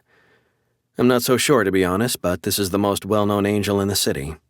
With the Enochian language on the cross and so many angelic references, I have to think that this is connected somehow. Let's at least check it out." They walked around the perimeter of the fountain, navigating the throngs of tourists taking photos and lovers kissing on the edge, fingers entwined in the water. There were coins in the fountain, thrown in for wishes, perhaps. Jake fumbled in his pocket for a quarter and leaned over the water. He let it slip under, sending out a thought for Morgan, hoping that she was safe. Perhaps she was even thinking of him, too. Applause rippled out from the passage, and the choir emerged for a break between sets. A couple of members from the group lit cigarettes and turned their faces to the beaming sun as they reveled in the beautiful day. Another sold CDs to the appreciative tourists who had gathered to listen. Jake noticed the young woman with dreadlocks and the red scarf emerged with a backpack. She looked around at the fountain and scanned the crowd. She caught Jake's eye and walked towards them, waving a little. "Hi," she said. "Don't worry, I'm not asking for anything." Jake laughed. "I thought your performance was excellent. I'd be happy to put some money in the hat." "Can we help you with anything?" Naomi said, stepping closer. The young woman smiled and pulled out her cell phone. "Actually, I think I'm here to help you. I'm Regina. I just got a text message. I can't say from who, but she says you did something to help the Order of the Guardian Angel this morning." Naomi's face was serious. "We've just come from the convent. How do you know about them?" "The Order has lay sisters like me all over the city who serve the community any way we can. I mostly work on the streets. I was a homeless junkie when one of the sisters found me 5 years ago. I thought she was an angel, actually." Regina pointed up at the fountain statue. "Just like our angel here, the sister held out a hand and saved me. Now I try and help others." "That sounds fantastic," Jake said, "but we're not looking for salvation." Regina nodded. "The relic? I know about it. We all do. It's one of those matter-of-faith things that most associated with the Order. But maybe it's based on historical truth way back. Anyhow, my contact has asked me to take you to a place that might help you figure out where the relic is." "Sounds like a plan," said Jake. "Let's grab a cab." Regina shook her head. "Actually, it's a little more complicated than that. Where we're going isn't exactly open to the public, and you won't find this route on any GPS." Naomi raised an eyebrow. "That sounds intriguing." Regina looked her up and down, eyeing the tailored trousers and jacket. "It is. But girl, how much do you love that suit?" After winding through Central Park, Regina led Jake and Naomi down a zigzag of side streets until they reached an area that even Jake wouldn't want to visit at night. "Where are we going?" Naomi asked as they walked. "It's more about how we're getting there," Regina replied with a smile. "I dated a sandhog once. He showed me a lot of the tunnels under the city." "Sandhog?" Jake asked. "I guess you could call them urban miners, construction workers who spend their lives underground, boring tunnels, building ducts for new projects, excavation, making sure the water pipes are okay. There's a lot that goes on under this city." She paused by a grate on the sidewalk, pulling a tire iron from her backpack. "Of course, if we're found, we'll get arrested. But just act like this is normal and no one will even notice." She grinned, a feral look coming into her eyes, and Jake caught a glimpse of the girl who had once survived on these streets. Regina glanced around quickly. There were no cop cars in sight.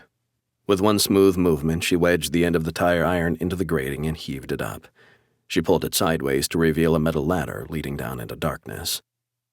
"Quickly now," she said. "Wait for me at the bottom." Jake looked at Naomi and shrugged, then stepped on the ladder and descended. The light dimmed as he went down, his footsteps echoing on the rungs. The sound of dripping water intensified as he reached the bottom. He pulled out his phone and used the torch function to look around. The tunnel was 6 feet at the tallest point, so he would have to crouch to walk through it, and there was shallow water running along the concrete bottom. It smelled earthy with a metallic tang, but underneath there was a hint of the rotting decay and sewage that flowed through these tunnels somewhere. Naomi stepped down from above, and Jake resisted an urge to help her descend the last few rungs. His South African upbringing could sometimes be misconstrued as sexism, and he had a suspicion that both these women were more than capable of looking after themselves. "This is cool," Naomi said as she looked around, wiping her hands on her tailored suit, oblivious to the dirt. Her eyes were bright in the torchlight. "I've always wanted to come down here, but all the official tours are way too boring." A clang came from above as Regina pulled the grating back over the hole and then came down to join them. She pulled a pair of gloves and a powerful head torch from her backpack and put them both on. "Sorry I don't have more gear for you, but this was a short-notice thing. We don't have too far to go anyway, so your phone battery should last as torchlight. This way." Regina stepped into the side tunnel, staying on one side to avoid the water channel. Her left hand touched the wall lightly with sure fingertips, as if the brickwork were braille and its message only for those of the underground world. The walls were brick blocks like a prison or an institution, but Regina's body became more relaxed down here, and she exuded a sense of freedom. Perhaps she was more free down here, Jake thought, as he walked hunched over. It was simple to follow the law when you had money and security, but when life was more extreme, when survival was on a toppling edge, it was sometimes easier to live away from prying eyes.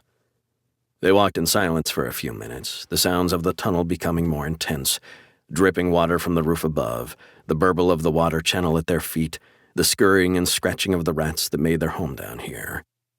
Then suddenly a clang from behind them. Regina stopped, her head whipping round to look back behind Jake. He saw terror in her eyes, residual fear from her previous life. "That's strange," she whispered after a moment. "I've never known anyone else to use that entrance, and there's no scheduled maintenance in this part of the tunnels this month. I know the rotation." She frowned. "I'm sure it's nothing. Let's keep moving." Jake felt the familiar prickle of hair rising on the back of his neck as his senses heightened. Naomi had a hand on her gun, and he pulled his own weapon silently, holding it next to his phone. Had they been followed from the convent down here? They continued down the tunnel, emerging into a wider shaft with ledges that were high enough above water to remain dry most of the year. On one of the ledges, a lounge chair with an ashtray on the arm sat next to a few boxes, a makeshift living room in this strange oasis of dark calm. Above the chair, unreadable bulbous letters and faded paint proclaimed existence below the skin of the street. Mankind has always marked its place upon the earth, from the earliest cave dwellers to these more modern troglodytes. "I knew the man who based himself here," Regina said.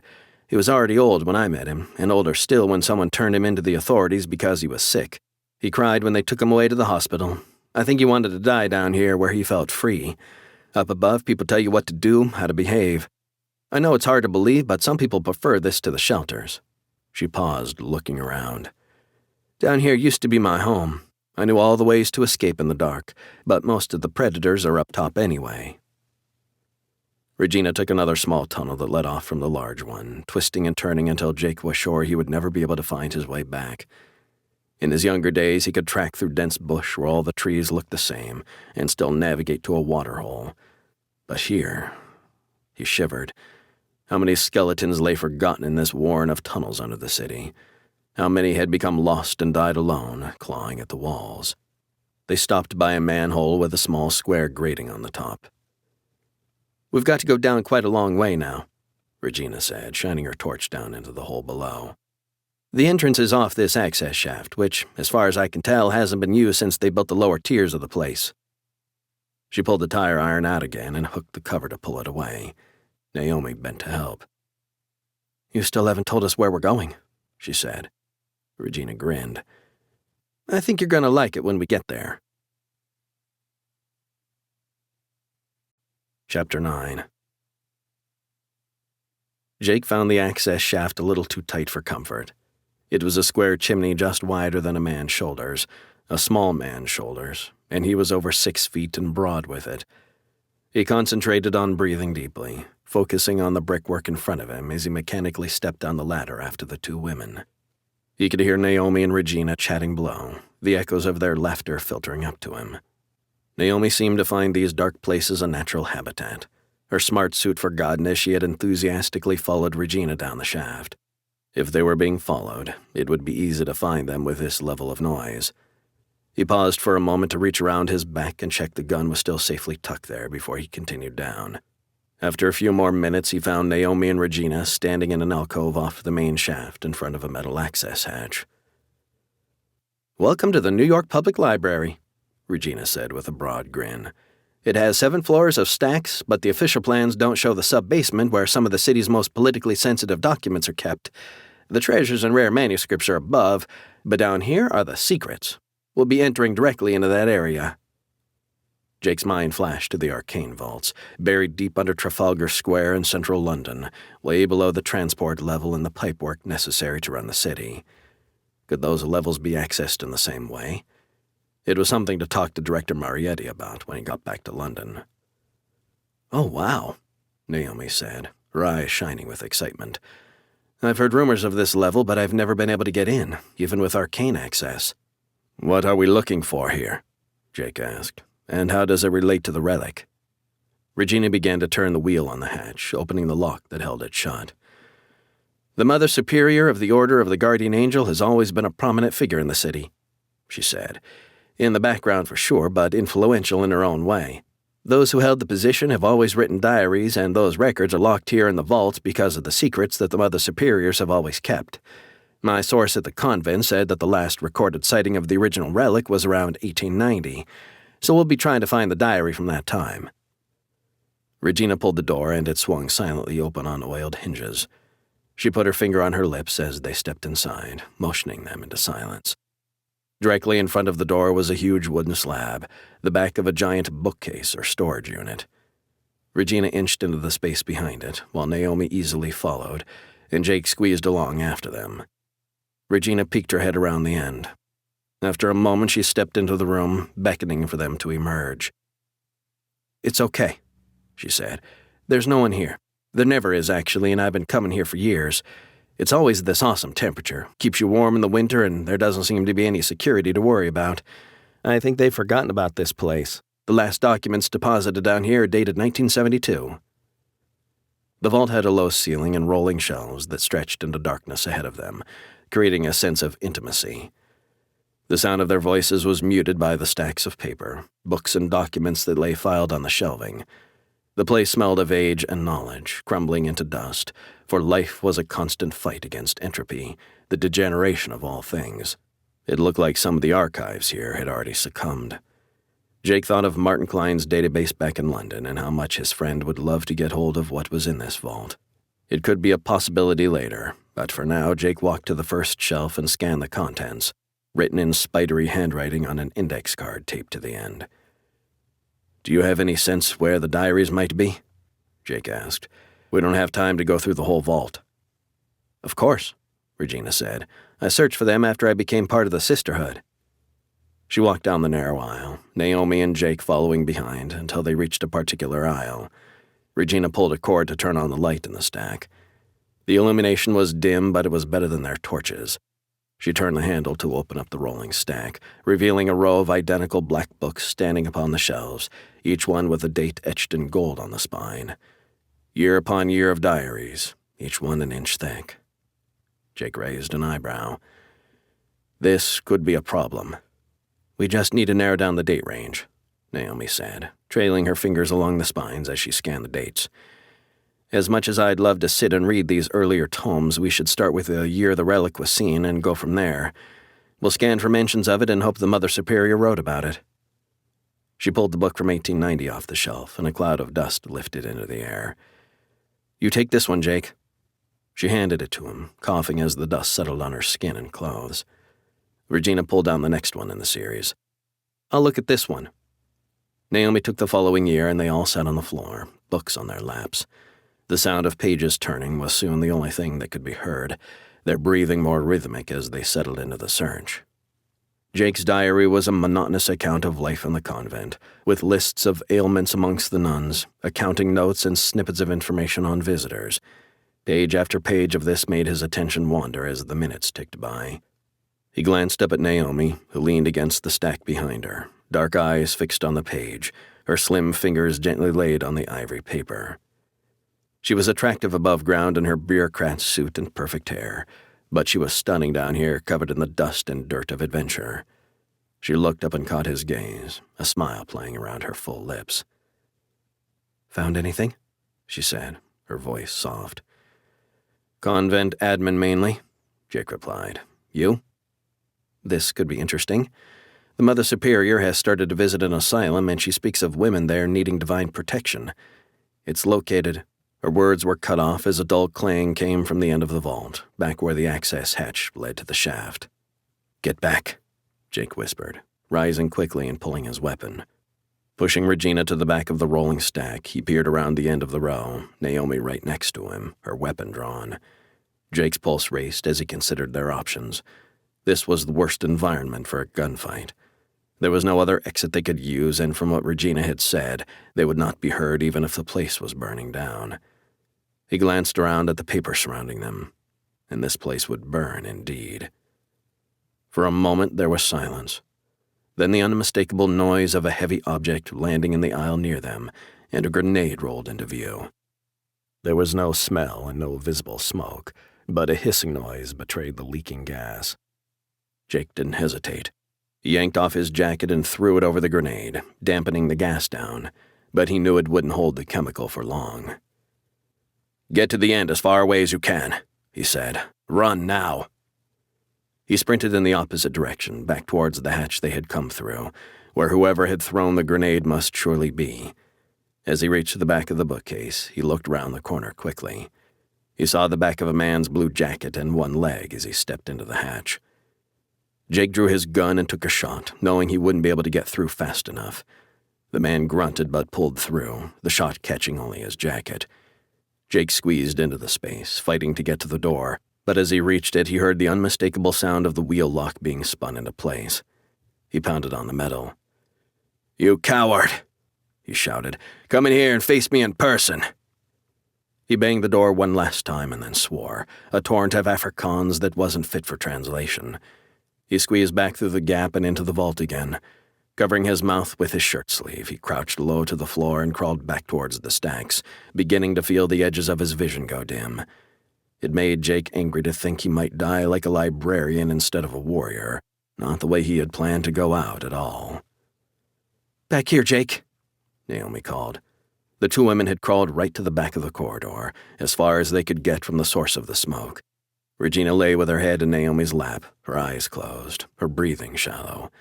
The Mother Superior's diary was next to them. "She succumbed quickly," Naomi said, coughing as she spoke. "We should never have brought her into this. There's been too much death already today." Jake sat down next to her, and she leaned her head on his shoulder. He reached one hand up to stroke her hair. "Well, passing out twice in one day next to you isn't so bad," he said. Her laugh was soft, and she lifted her head. He turned to look into her dark eyes. "I hope we can manage it again sometime." Moments later, the world shifted, and Jake slipped away into darkness. Chapter 10. Jake opened his eyes to a hazy view of the stacks, illuminated by a nimbus around the light next to them. His head pounded and nausea rose within him, but as he came fully alert, he realized that the gas had been merely to knock them out. The Mother Superior's diary was gone, as were both his and Naomi's guns, but it looked like nothing else had been touched. Maybe whoever did this didn't want to leave bodies as evidence that would point to the stolen diary. This way, no one would be any wiser about the incursion. Naomi's head rested on Jake's shoulder, and he was acutely aware of her soft body against his. Her breathing was natural, and she stirred a little. Her dark hair smelled of coconut shampoo, and he closed his eyes for a moment, inhaling her scent. Regina's head still lay in Naomi's lap, and she looked like she was breathing more easily, her skin a normal color.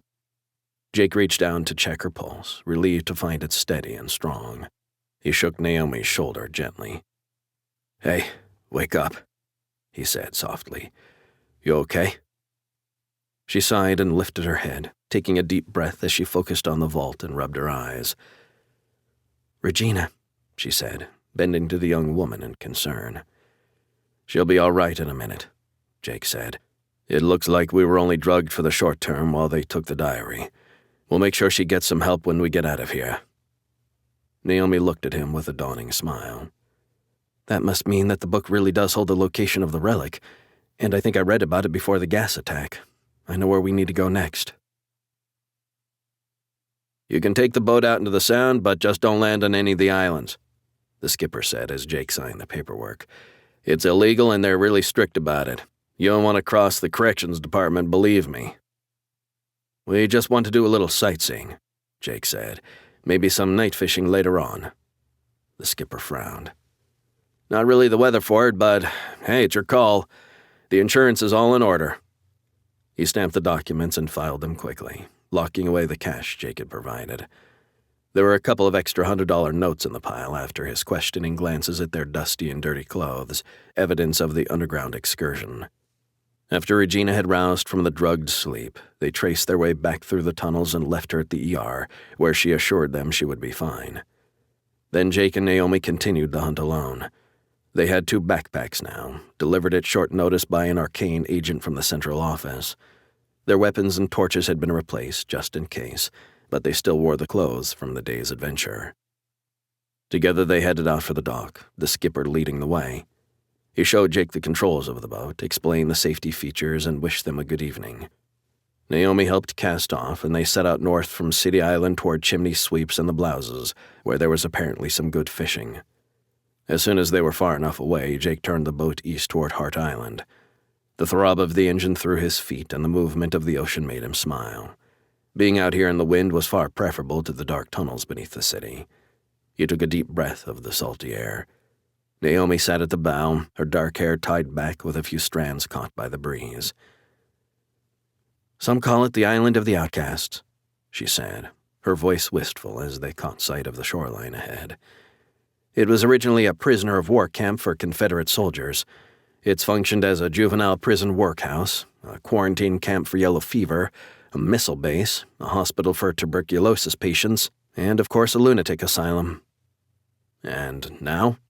Jake asked, steering the boat across the bay, his hands steady on the wheel. "It's a mass burial ground for those unclaimed and unknown, those without a name or those with a name but no one to bury them, those too poor to afford a proper grave, babies who died in hospital or were abandoned. There are over 800,000 people buried here. The graves are dug by the inmates of Rikers Island who come by ferry every day." Jake thought of Morgan and their visit to the mummy crypt of Palermo, where the baby room had been the most disturbing place. He shook his head with a sigh. "Mass graves aren't exactly my idea of a fun tourist day out, you know." "Sorry," Naomi smiled. "But the Mother Superior's diary specifically mentioned this place. She used to minister to the women here at the asylum. Her words were something like, 'The relic will protect those who suffer here. They deserve it more than the rich languishing in the towers built from the bodies of those they exploit.'" "Ouch," Jake said. "She sounds like a firebrand." "Just the type to buck tradition and bring the relic here, perhaps? The diary must be important or it wouldn't have been taken." Jake scanned the waters around them. "Indeed, but it does mean that we might have some company soon." "It's near impossible to get permission to come onto the island," Naomi said. "Even those who find relatives buried here have to go through the prison administration system. Then if you get permission, you're restricted to the ferry dock gazebo where the burial records are held." "So we have no choice but to trespass, right?" "Absolutely none." Naomi turned, and her eyes were bright, her smile alive with enthusiasm. Besides, where would the fun be in going through the usual channels? I'm having a pretty exciting time with you, Jake Timber. Trespassing twice in one day. I really have to get out of the office more often. As they neared the shore, they looked for a place to land the boat, avoiding the official pier where there would likely be cameras. The island was low with sparse cover. Just a few trees, scrub, and patches of dust. It was unkempt, as if those who came here couldn't leave fast enough. Buildings dotted the landscape, but all were run down, used as storehouses while they still stood. But they looked as if they would be left to crumble or soon be leveled to make room for new graves. There was a sense of abandonment, a place only inhabited by ghosts and the dead. Jake slowed the engine as they scanned the shoreline, avoiding the treacherous reefs. Signs dotted the perimeter on the rocks above the shallow breaches. New York City Corrections Department. Restricted area, no trespassing, no docking, no anchoring. Violators will be prosecuted. I'm not intending to violate anything, Jake said. How about you? Certainly not, Naomi said. How about landing over there? She pointed out a cobbled beach under the shadow of an imposing building with a tall chimney, the ruins of the island's power plant. Jake steered the boat in, revving slightly before pulling up the motor so they could coast up the stones a little. Naomi jumped gracefully out onto the shore, holding the boat steady so Jake could disembark. They dragged the boat further away from the waterline, the sound of metal on stone loud in the still air. No point in trying to hide the boat, Jake said. If we get caught, it's better to be clueless tourists than clandestine operatives. Naomi pulled a map from her backpack and peered closely at it, turning it around until she got her bearings. Okay, the asylum isn't too far. This way. They walked up from the beach through the trees, stepping quietly with an instinctive respect. It was a place that demanded silence, as if to wake what slumbered here would be abomination. The ground was covered in patchy mist, and Jake fancied that the souls of the unloved clung to the earth, seeking solace. What is heaven if you have no hope of seeing those who made life on earth so happy? He thought of his parents, his sisters, murdered too young. He didn't really believe in an afterlife, but in quiet moments he could sense their presence, and there was still hope that he might be together with them in the end. A red brick building loomed from the trees, with tall window spaces that gaped black inside. The map named it as the Pavilion Building, which had once housed the Hart Island Lunatic Asylum, a women-only residence that held the overflow from Blackwell Island Insane Asylum. They only brought the chronic cases here, Naomi said. Perhaps the ones who couldn't be treated, so they kept them somewhere their screams wouldn't disturb the public. And where the so-called civilized didn't have to deal with them, Jake said. The forest floor grew right to the doorstep of the building, green shoots withering as they touched the brick as if afraid to cross the threshold. It was quiet and still, with no sound of birdsong or rustle of animals in the overgrown foliage. The ambient noise was only the far-off city and the ocean waves that washed all the way to the Atlantic. The air was damp, clinging to their skin, and the smell of the forest had crept in here, nature slowly reclaiming that which man had left behind. Jake willed the encroachment on faster, for perhaps only when this place was a crumble of ruins would the shades of these women be at peace. He stepped inside with Naomi following close behind. The structure was falling apart, the inner layers of the original building showing through. The years of weathering had stripped the paint and paper from the walls, revealing the struts and planks. The floor was cracked through repeated floods and winter cold. Piles of dead leaves had blown in through glassless windows. The place was clad in decaying shades of brown and green, natural colors that dominated as the traces of human touch were slowly, but inevitably, erased. They walked onwards. In one room, 4 metal beds stood against a wall regulation distance apart, rusted and surrounded by fallen masonry. In another, 3 plain wooden caskets sat next to planks and plastic gloves, waiting for the bodies that would be laid inside. What kind of life would it have been, incarcerated here and then buried in these crowded graves? Jake shivered and turned away. Maybe there are some records upstairs, he said. They walked up to the second floor, their footsteps eerie in the quiet place, and turned into the first room on the left. Oh, Naomi let out a soft gasp at what she saw. Chapter 11. Jake put out a hand to grip the doorframe as a distinct memory came to him. In his younger days in the military, he had been part of a peacekeeping force sent to Rwanda in the aftermath of the genocide. The piles of clothing and shoes on the edge of mass graves were all that was left of the Tutsi people, butchered with machetes and farm tools. Those piles in turn had echoes of Auschwitz and the Nazi death camps.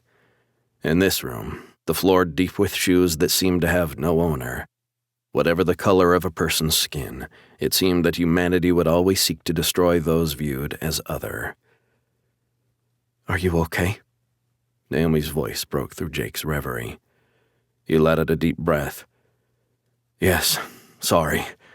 I was just remembering something that happened a long time ago." "I know this looks like the aftermath of atrocity," she said, "but actually the inmates used to make shoes as some kind of occupational therapy. They left all this here when they closed the asylum." Jake shook his head, his smile hiding the turmoil inside. "I can't help but jump to the wrong conclusion. You've got to admit, it's a pretty awful sight.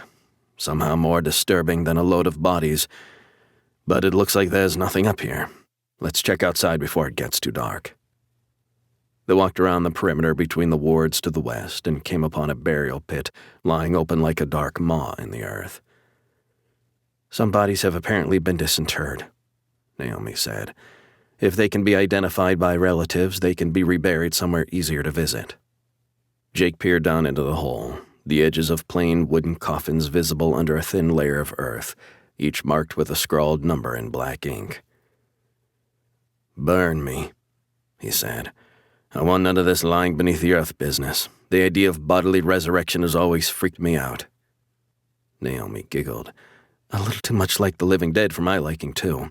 I wouldn't want to be over here for the zombie apocalypse, that's for sure." There was a sound in the distance, and Jake put his hand out, motioning for Naomi to be silent. It was a car engine coming their way. The pair ran swiftly to cover at the side of the building, ducking behind a ruined wall so they still had a view of the overgrown road. A battered truck pulled up and two men got out. One was younger, good-looking. The other was a grim-faced boxer type in a blue jacket, who slung a shovel over his shoulder as they emerged from the vehicle. They spoke in fast French, and Jake was only able to make out one word, tombe, the French for grave. Jake pulled Naomi down behind the wall. "The guy on the right," he whispered. "I think he was in the vault. I didn't see his face, but that jacket looks familiar." "We should follow them," Naomi said quietly. "They look like they know more than we do at this point." Jake nodded. They checked their weapons and left the bulky packs by the wall. With Naomi following close behind, Jake slipped around the side of the building, staying far enough back not to be seen as he peeked through cracks in the structure to keep the men in sight. Soon the men stopped and put their tools down, with the young man checking a GPS location on his phone. Near where the men stood was a verdant patch of green distinct from the brown surrounds, evidence of life blooming from those buried beneath. The man in the blue jacket tugged a map from his pocket and then bent to examine some small white markers. He grunted with a nod, and the pair began to dig. "We need to get into those trees," Jake whispered, nodding at the copse near the men. "We can't stay here or we won't see what they find." Naomi turned and stepped quietly away, careful as she walked around the masonry and debris on the ground near the buildings. There was no hesitation in her gait, and Jake noticed that she was more confident now, as if she had grown into her agent self during their day together. Still, Jake missed having a partner he could read like a book, whose every action he could anticipate because it would be his own. He missed Morgan, but he still had doubts that she would want him back as a partner, damaged as he was in body and mind. He followed Naomi quietly, resolve rising within him. He wouldn't let her down today. He was still a soldier, an ARKANE agent, a man she could rely on. He straightened his back and inhaled slowly, filling his lungs with the air of the forest and easing the tension from his limbs. He was ready, whatever might come. The pair slipped through the trees, navigating a wide circle within hearing distance of the men, who spoke softly as they dug. It seemed like the older man was complaining, even as the younger man did most of the work. When the voices were directly in front of them, Jake and Naomi crept forward through the copse until they were within sight of the grave, but still hidden in the trees. The spade made a dull sound as it hit wood under the dirt. The young man bent to brush the earth from a coffin. "C'est son 17," he said, reading a number from the tattooed wood.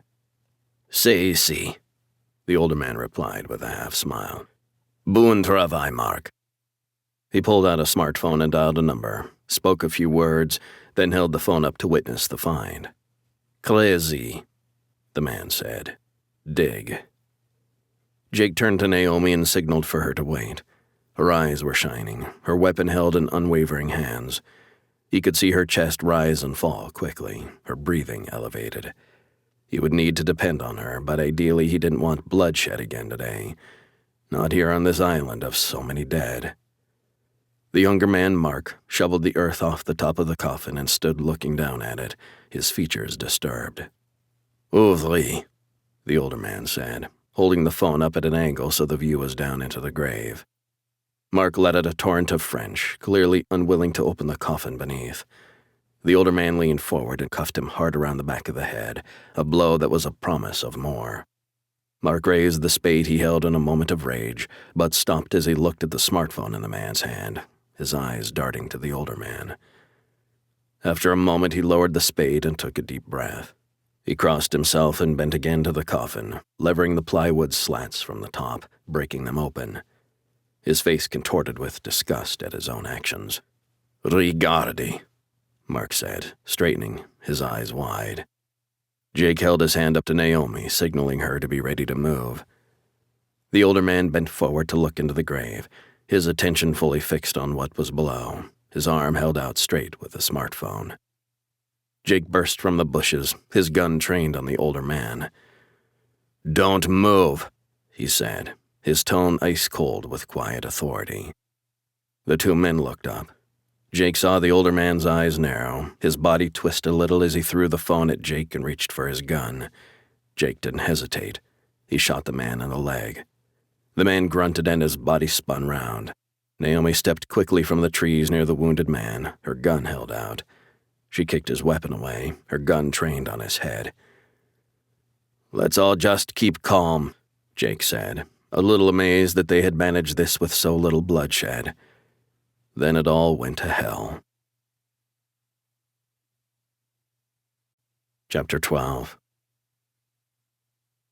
Naomi stepped too close to the grave's edge, her inexperience in the field making her underestimate the young man's threat. Jake opened his mouth to shout a warning, but it was too late. Mark spun with a spade and thrust the sharp edge into her calf, chopping into her flesh. Once, twice, his face contorted with violence. She went down onto her knees with a cry. Jake reacted immediately, shooting the young man's shoulder, spinning him around.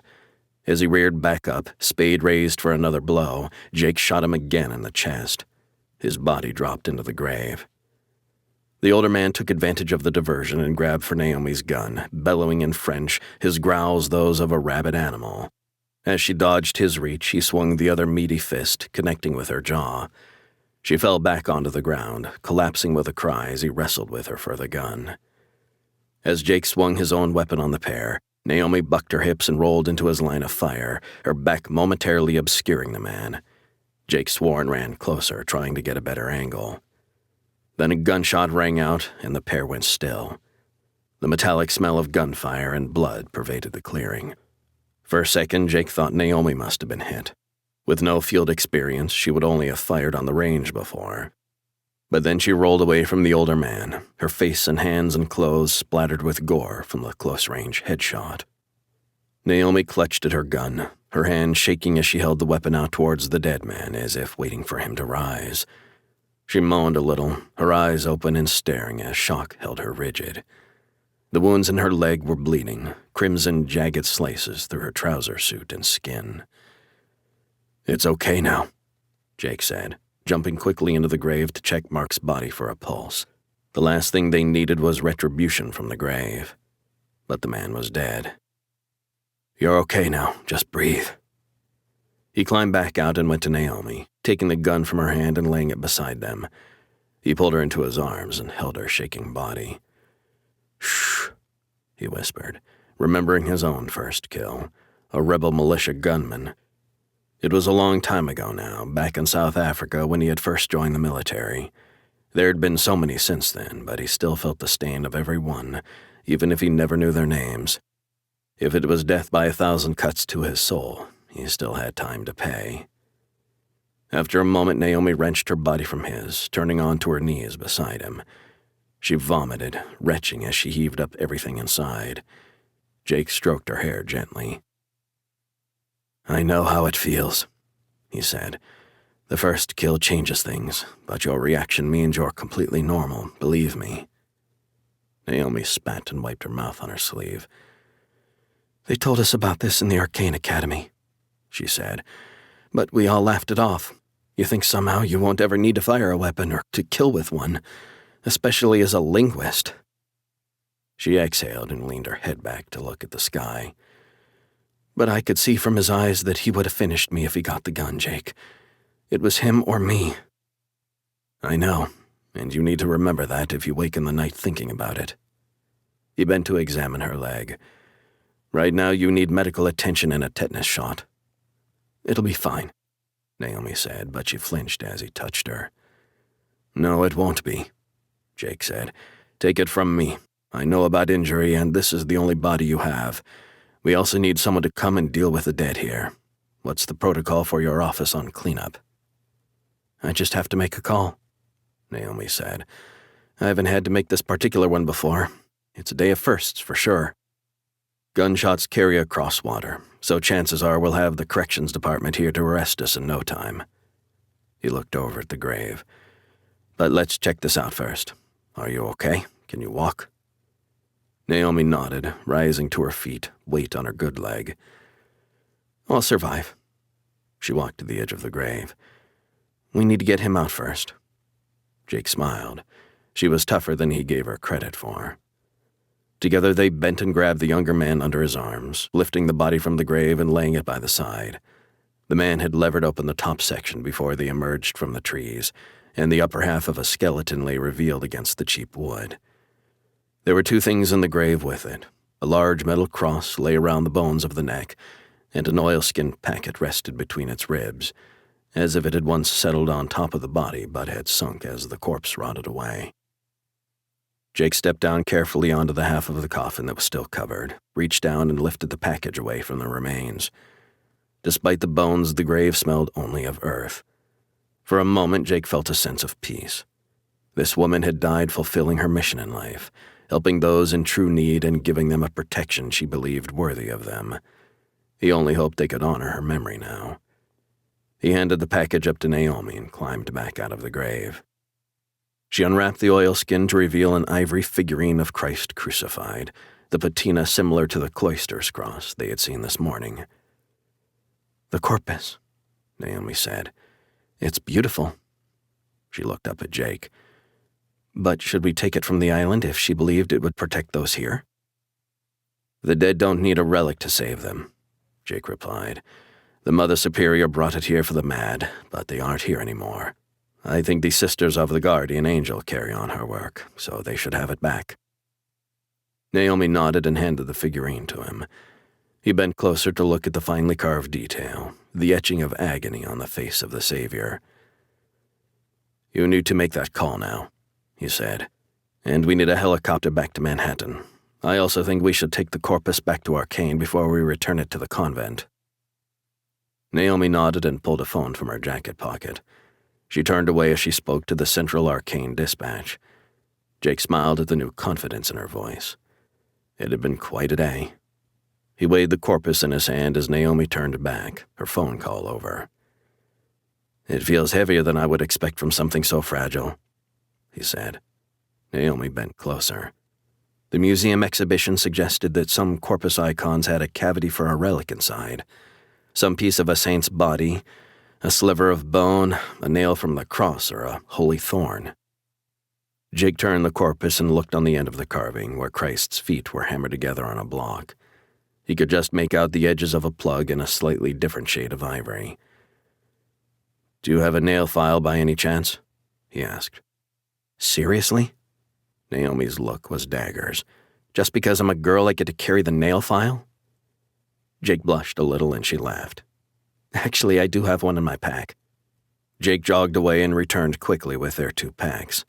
Naomi pulled out a small metal nail file, and Jake used it to prise the plug off. He handed it to Naomi. "Don't lose that," he grinned. "We'll have to pretend we didn't touch it." He looked inside and tipped the corpus, jogging it a little and shaking it gently. A small glass vial slid out wrapped in a hand-scrawled note. The paper was ivory-colored, and although thick, it was clearly fragile. "Careful," Naomi whispered, but her eyes urged Jake on. He unrolled the paper and removed the vial, its dark ruby contents sticking to the sides.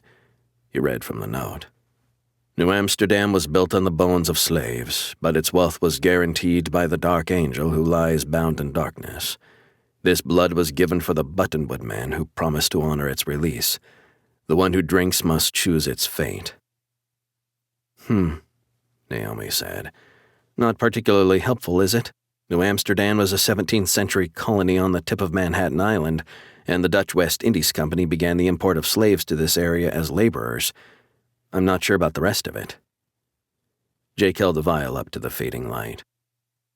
"At least we know what's in here, but I wonder whose blood it really is." The whoop-whoop sound of a helicopter came to them across the ocean. "Let's get back to the open area near the asylum," Naomi said. "They can touch down there." Jake slipped the vial and note into his pocket, plugged the end of the now empty corpus, and wrapped it back in the oilskin. He carefully put it in his backpack and then helped Naomi back through the trees, leaving the open grave and the bodies behind them. She limped forward, hissing a little when she stumbled and put weight on her wounded leg, but she didn't complain. As Jake clutched the vial in his pocket, he felt a strange sensation. The world seemed to shift, and he thought he saw movement in the trees. He glanced back, heart thumping, and the shadows altered. There were shades of people there, but he sensed that they weren't in this time. Perhaps not even of this place. He heard the rustle of great wings and turned quickly, expecting a figure to drop from the sky. Then the beating of helicopter blades drowned the sound out, and he helped Naomi to get into the ARKANE chopper, where a medic started to dress her wounds. As the helicopter rose into the sky, Jake looked back down at the island. Sunset tinged its contours with russet and gold, the earth absorbing the rays as it had done the blood and flesh of so many. The vial throbbed warm in his hand, and Jake felt a rising need inside him, as if he was drawn to something in the city below, the feeling intensifying as they drew closer. As they swept down the edge of Manhattan Island, the sun blazed, and it was as if the skyscrapers were painted in blood. Jake sensed a dark omen rise within him, something he had not felt since the crypt of the demon in Sedlec, something not of this earth. Gilles Noiret slammed his fist down on the desk in front of him. The camera feed had been shut off as a tall man emerged from the trees with a gun. Gilles only got a glimpse of this man before the feed was lost. A racking cough shook Gilles as he screamed his frustration, and he sat back down heavily, waiting for the fit to subside, clutching a handkerchief to his mouth. When he pulled the cloth away, it was speckled with black blood. He didn't have much time, and that bastard held his last hope in the real corpus. Once he was in control of his body again, Gilles called his team. "I'm sending a photo of the man who now has the corpus. Find him and get me that vial." Chapter 13. The helicopter landed at the downtown Manhattan heliport on Pier 6 in the East River. Naomi was looking increasingly pale, and the temporary dressing on her leg was sodden with blood. "You need to get to a hospital," Jake said. "I'll take the corpus back to ARKANE myself." She hesitated, and he could see how torn she was, desperate to finish what they had started together. But after a moment she nodded, wincing as Jake helped her away from the helicopter towards a waiting car. "The Buttonwood man," she said as they walked across the tarmac. "I was thinking about it as we flew over. Anything to keep my mind off the pain. It was the Buttonwood Agreement in the late 18th century that began the New York Stock Exchange." The words set off a thrum within Jake, as if finally the correct chords had been struck. His whole body resonated and the vial burned in his pocket. He was overwhelmed with the need to get to the Stock Exchange building, only a few blocks away on Wall Street. He tried to control his voice, not wanting to betray the turmoil inside.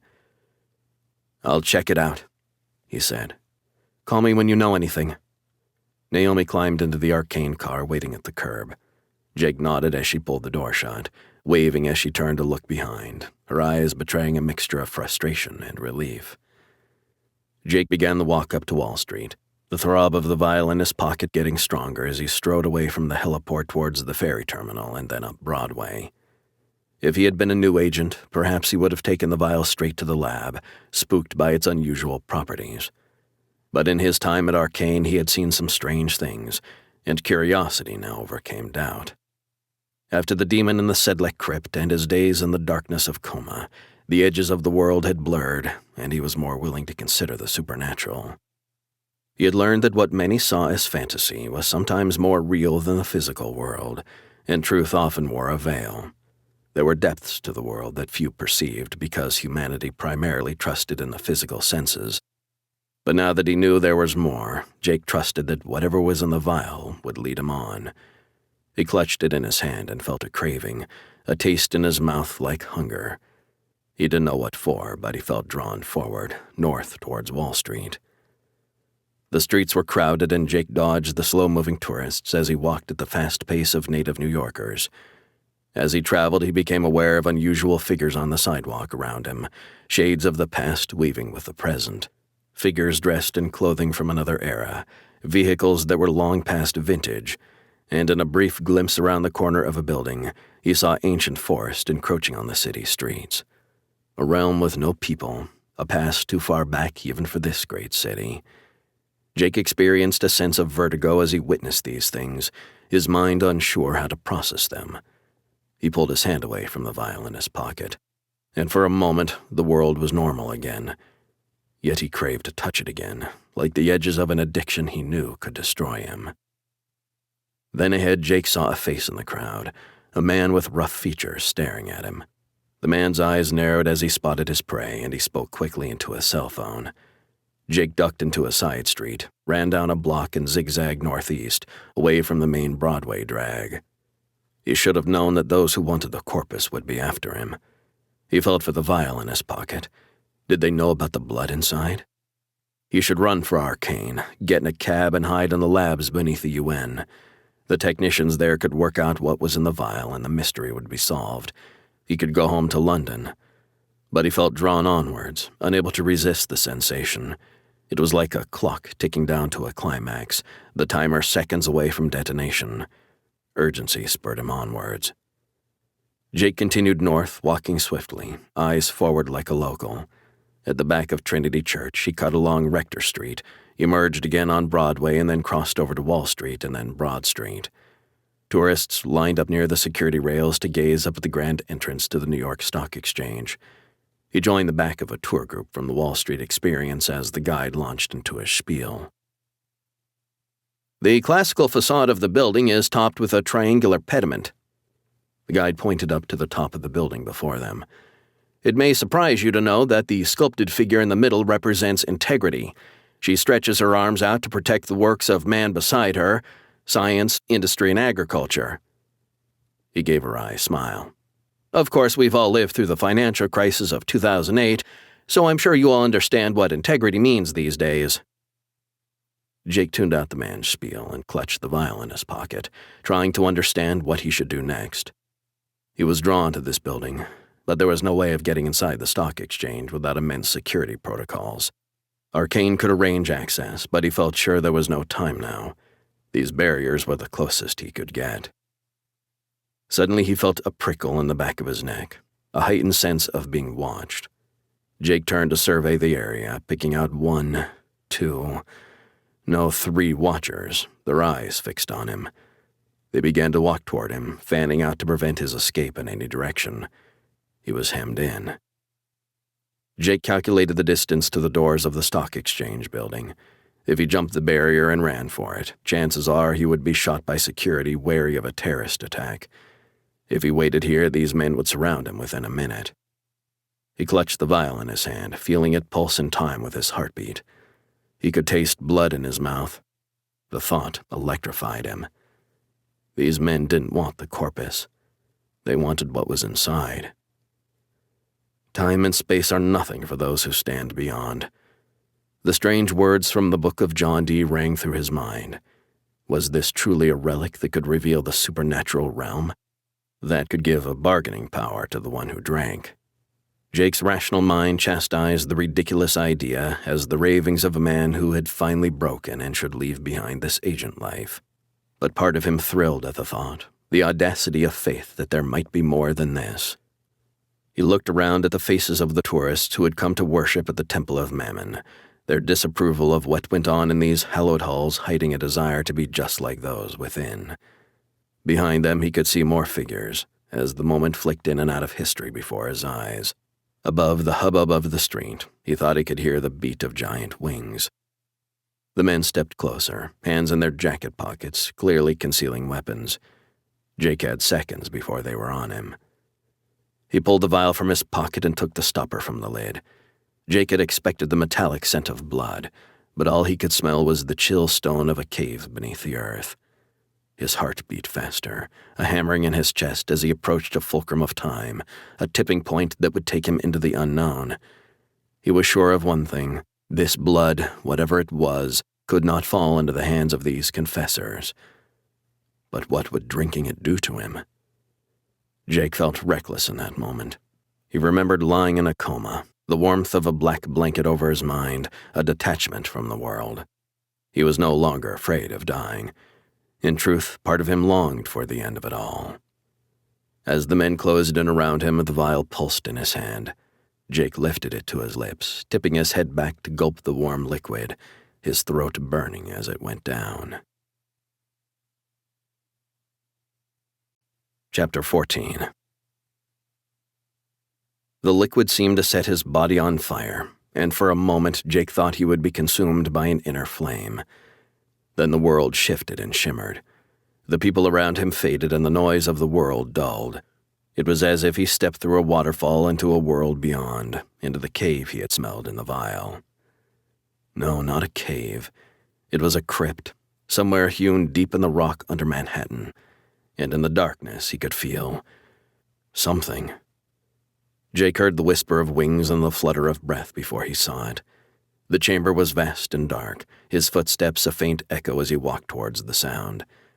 As his eyes adjusted to the dark, he realized that the whole place was crisscrossed with shining lines, ropes of spun silver and precious metal that held the captive in place and gave the place an eerie light. An angel, if that's what it was, hung suspended in the center of the crypt, its pale skin hooked through with barbs, its arms outstretched and pulled apart by the shining cords in a parody of crucifixion. Its shape was a man, its torso rippled with muscle, with a loincloth of sorts wrapped around its slim hips. There was a sheen to its skin, a translucence like alabaster. Its wings looked to be over 6 feet in length, densely feathered and beautiful, but they were pinioned to its body by loops of silver chain. The angel lifted its head, its perfect features set in an expression of sorrow. Jake met its dark eyes and fell to his knees as vertigo shot through him, a sense of shifting in time and space to a place apart, somehow separate, as if the world had begun to spin around this underground prison. Its eyes were the green of the depths of the ocean and the sparkle of 1,000 stars, and it saw right through him. Jake wanted to look away, but the angel wouldn't shift its gaze, studying him as a man might study a nest of ants before he burns it down, uncaring of mass slaughter. Jake sensed the angel scanning his memory, reading his past, noting the scars on his body and his psyche. He felt violated in that moment, and yet, when it relaxed its gaze, the emptiness was a kind of freedom. "It has been long years since men came here. It is past time you released me." Jake heard the words in his head, but nothing was said aloud. The angel spoke directly into his mind. "I know you, Jake Timber. I see your past. Release me and I will give you what you desire most."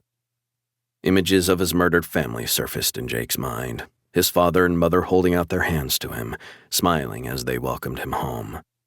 His youngest sister, lying in the porch swing, reading a book, her young body no longer broken and violated. The house at Walkerville was bright, lit by the sun. There was no blood on the walls, no stink of rotten, fly-blown flesh in the air. You can bring them back, Jake said in wonder, wanting to hold on to the glimpse of a life he had lost. I can take you back and you can stop it. Kill before they do. Jake saw the faces of the gang who had carried out the atrocity, each one a hated countenance. He had hunted them down afterwards and killed them, revenging his family before fleeing the country. But the grief was with him every day. If he could go back, he could be at home the day before the gang came. He would be ready for them, and his sisters, his parents, would still be alive. Tears welled up within him, and he gulped them back. For so many years he had lived with the guilt of their deaths. Was this the answer? The angel's face flinched suddenly, as if it was being forced to speak further by some unseen power. I can give you the peace you seek. I can bring your family to life again. But I must also show you what will happen to this city if you release me. Jake's mind was filled with flame, and he reeled back at the stink of smoke. The haze cleared, and he looked out at Manhattan Island, as if he was back in the helicopter, looking down as it swooped over the city. The downtown area was now a mass of burning buildings, the screams of people below a cacophony of pain and death. There were riots on the streets, and the police were overwhelmed by brutality, driven back by hordes of rampaging men. People plunged into the waters around the island to escape the violence, only to be consumed by dark shapes that dragged them under, leaving dark patches of blood on the surface as their bodies were ripped apart. Creatures leapt across the chasms between buildings, dragging bodies for feasting and violation. It was a scene of hell from a Hieronymus Bosch painting, something that could only spring from the mind of madness. Jake tried to shut out the sight, but the images were forced into his head, a tableau of slaughter. I am a hostage for the city, a shield against its destruction, for while I am here, this island cannot fall to the dark powers. But if I am released, then vengeance will fall for its years of corruption. The images faded, and Jake breathed deeply, inhaling the cold of the crypt, his mind whirling at all he had seen. He pointed at the ties that bound the angel. You don't look like a willing hostage. The angel's face twisted, hate rippling over its features. I was hung here to pay for my own sins. What did you do? Jake asked. You might have called it love. The angel's voice in his head was faint as Jake had a vision of a beautiful woman, laughing as she splashed in a stream, her naked body dripping and glistening in the sun. Jake felt the angel's lust for her, but there was something beneath it, a jealousy and a need to possess that which he could never attain himself. As the woman turned, he saw that she was pregnant, her breasts full and heavy. She giggled as the angel stroked her with its wings, but the sense of transgression of natural law weighed heavily upon the scene. Nephilim, Jake whispered, and the vision dissolved. The angel bowed its head. For my sins I am bound here. Only after 70 times 70 years will I be released from this earthly prison by he who imprisoned me here. But your kind are curious, Jake Timber. The early men of New York found this place and promised me release if I helped them establish the city, giving them insight and knowledge that would bestow wealth and power upon them. They promised to free me when they had achieved their goals. I gave them my blood so they would return. Ever since, I have awaited that day. Now you are here. Those men are long dead, Jake said. He closed his eyes for a moment and took a deep breath. And I cannot release you if it means the city will fall under some dark destruction. There is already much suffering above, but there are people who bring light. Jake thought of Naomi and her desire to help the people of the city, Regina and the Sisters of the Guardian Angel, his time with ARKANE and how he would never have been recruited by Marietti if he hadn't fled South Africa in the aftermath of his family's tragedy. He thought of Morgan. As much as I want my family back, he said, that time is past. I cannot take your exchange, even for them. Time is nothing.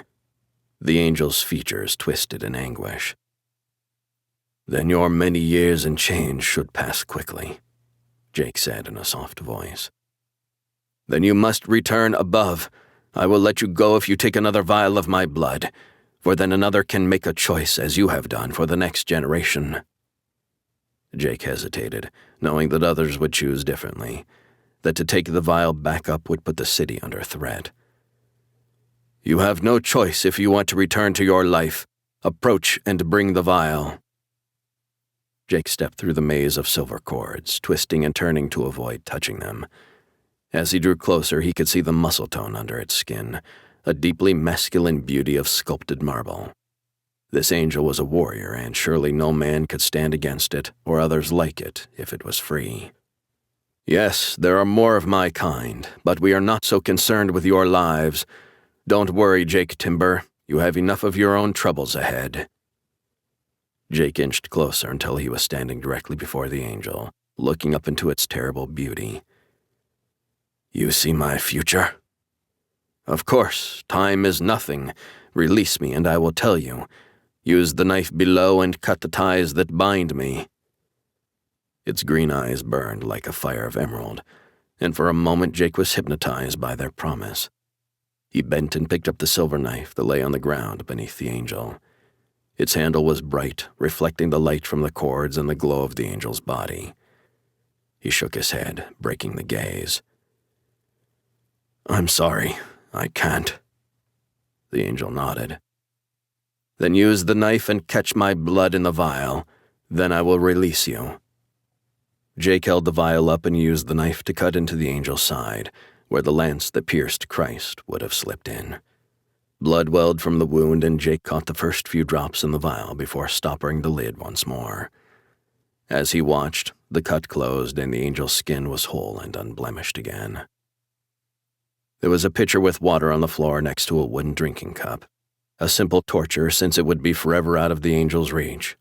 Jake poured some water out and lifted it to the angel's lips. Its green eyes softened, and for a second, he saw a glimpse of the beyond in its gaze. A stab of hope rose within Jake as the angel drank deeply until the cup was drained. "Thank you." Jake heard a rushing sound fill the crypt, and the angel faded into a shimmering silver mist. He dropped the cup and clutched at his ears, trying to equalize the pressure by gulping. As the mist cleared, he found himself back in front of the New York Stock Exchange, the moment frozen as he had left it. But there was something different in his body. He sensed the change. There was no throb of pain from his old injuries, no hesitation in his muscle memory. He felt revived. Had the angel's blood healed him? Time began again, but slowly at first. He slipped past one of the men who came for him and walked away as time sped up and life resumed. From a safe distance, Jake looked back to see the men milling about in confusion as they searched for him, and he ducked into a side street heading back to ARKANE.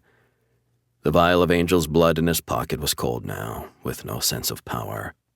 The corpus would go back to the nuns, but this would go down into the ARKANE vaults, away from those who might be tempted to use it. Chapter 15. Jake stood on the back of the Staten Island commuter ferry, watching the sunset turn the sky orange behind the Statue of Liberty. He had wanted to see this view before he left New York, and knew he had enough time before his evening flight home. Naomi was recovering in hospital and was enthusiastic about turning her skills to being a field agent. The Cloisters Cross had been recovered from the penthouse flat of reclusive billionaire Gilles Noiret, who had been found dead, his body rotted by poison. The Sisters of the Guardian Angel had chosen to give the corpus to the museum to be displayed on the shaft of the cross. It had been a big day, and for once Jake thought that his sleep might be without nightmares. Wisps of cloud painted the horizon with shades of pink and burnt umber, and he remembered the visions of the angel, the glimpse into a realm that seemed just a hallucination now. Jake took a deep breath, inhaling the ocean air, his lungs expanding. His body definitely felt stronger now, and there was no pain from the wounds he had suffered over the last ARKANE missions. He would need to get scans to confirm it when he got home, but he was sure the angel's blood had healed him. But there was something more. The cracks in his mind, the guilt over his murdered family, they were still there, but they were softer now, as if the edges had been rubbed off. The scars were no longer raw and angry, but part of his body. He would always be aware of them, but they didn't own him anymore. Had the angel given him this gift after a moment of compassion in the crypt? He would never know. Jake wondered how much of the day's events to write in his official report, and what he would label the vial for the ARKANE crypt. What would he tell Morgan? Maybe nothing. Maybe only that he was able to recover the relic and return it to the convent, that the Cloisters Cross had been retrieved, that the vial needed to be kept safe. He smiled and looked back at the famous skyline. New York had its problems, but it was a vibrant city that would survive another generation, unknowing of what lay chained beneath. The ferry horn honked. A lone seagull rode the wind on the wake of the boat, and as he gazed into the froth of the water, Jake knew his future was with ARKANE. He was strong again now, and once he flew home, he would be back on duty alongside Morgan as the partner she deserved. This has been One Day in New York, an ARKANE thriller, Book 7, written by J.F. Penn, narrated by Jeffrey Kafer. Copyright 2015 by the Creative Penn Limited.